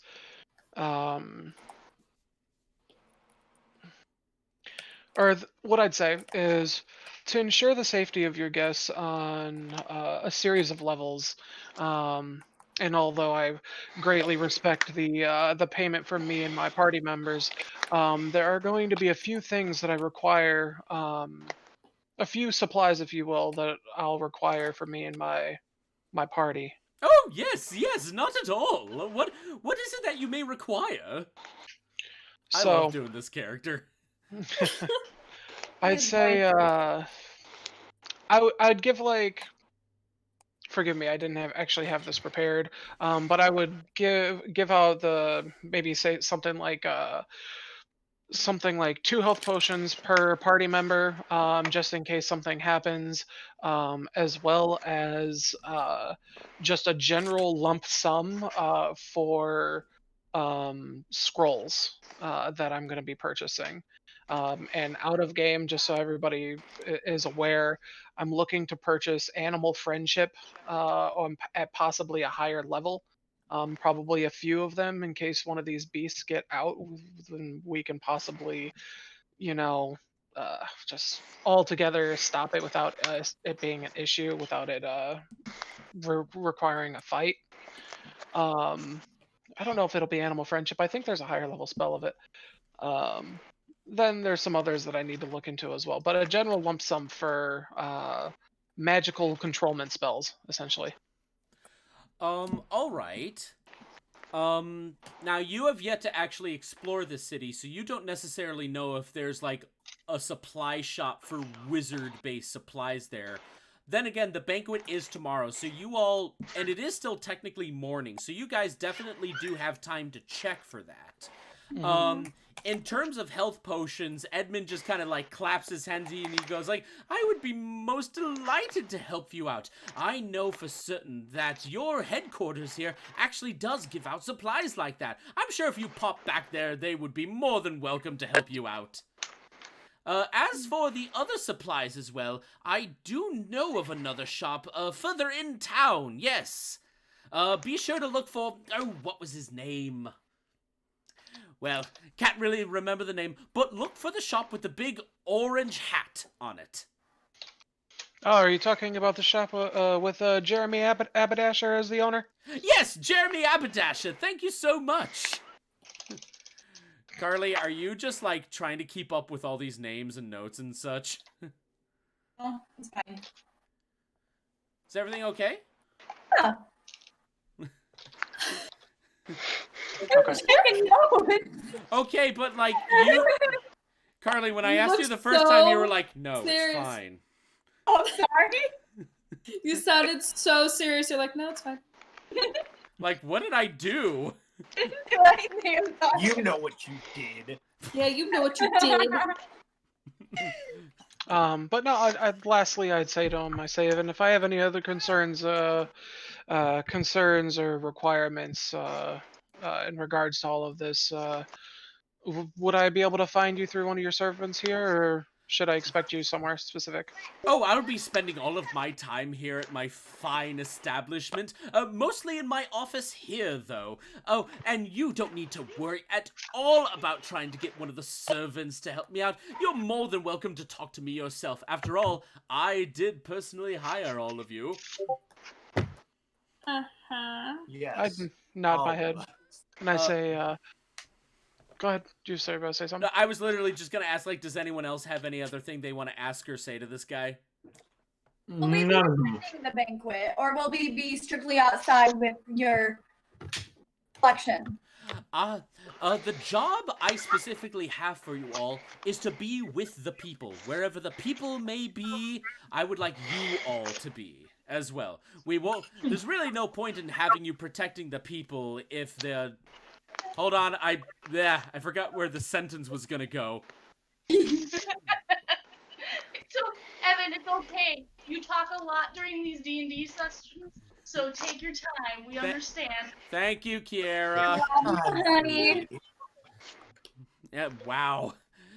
He just goes like, I fully expect you to be with the people the entire night. They are going to be your main ward. Okay. Does anyone else have anything else they want to discuss with this guy? Not at the moment. Let's explore. Not from you. People listening in the back. It's probably doing the same. Since this dude's a racist. He's like one of those dumb racists. He doesn't know what he's talking about, but he's like too rich to even care. Has he noticed? Probably. Well, never mind. That's a dumb question. Does he notice what? That the other people that are the Grey Blades don't have badges. No, The other people- he's just like automatically assuming that they are your help. Okay. Because they're not dressed as like lavishly as you guys are, for lack of a better word. Gotcha. Yes. He just assumes like you guys have your own servants. Okay. Now then, if that is all, I did make personally sure that you all have your quarters set up at the Greyblade headquarters, so when the time comes, you may rest there until tomorrow. Until that time, you are free to move about my fine city. You're free to move about the cabin. Wait, Wait, hold on. After we leave. I'm sorry, go ahead, yeah.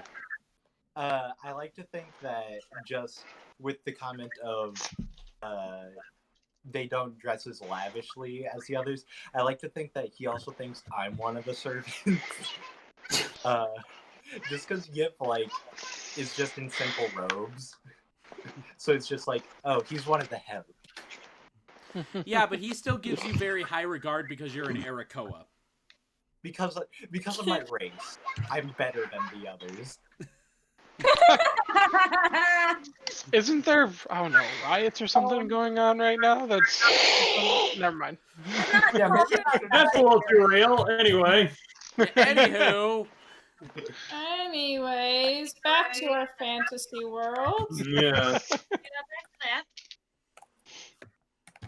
It's okay. Actually, It's okay. Actually, Evan, in all seriousness, do you think that's a good place to stop? I feel like this would be Actually, yeah, let's put the pause right here. Yeah. before You we guys get into pretty the much action done a of lot the of banquet. preparing and such. So yeah, you guys did an amazing job. So for everyone watching the stream, Bless you. for everyone watching the stream, thank you all for joining us. This will be put up on YouTube. And we will let you know when the next episode's gonna be. So thanks a lot, guys. Wave bye. Thank you, everyone. Bye. May all your D20s be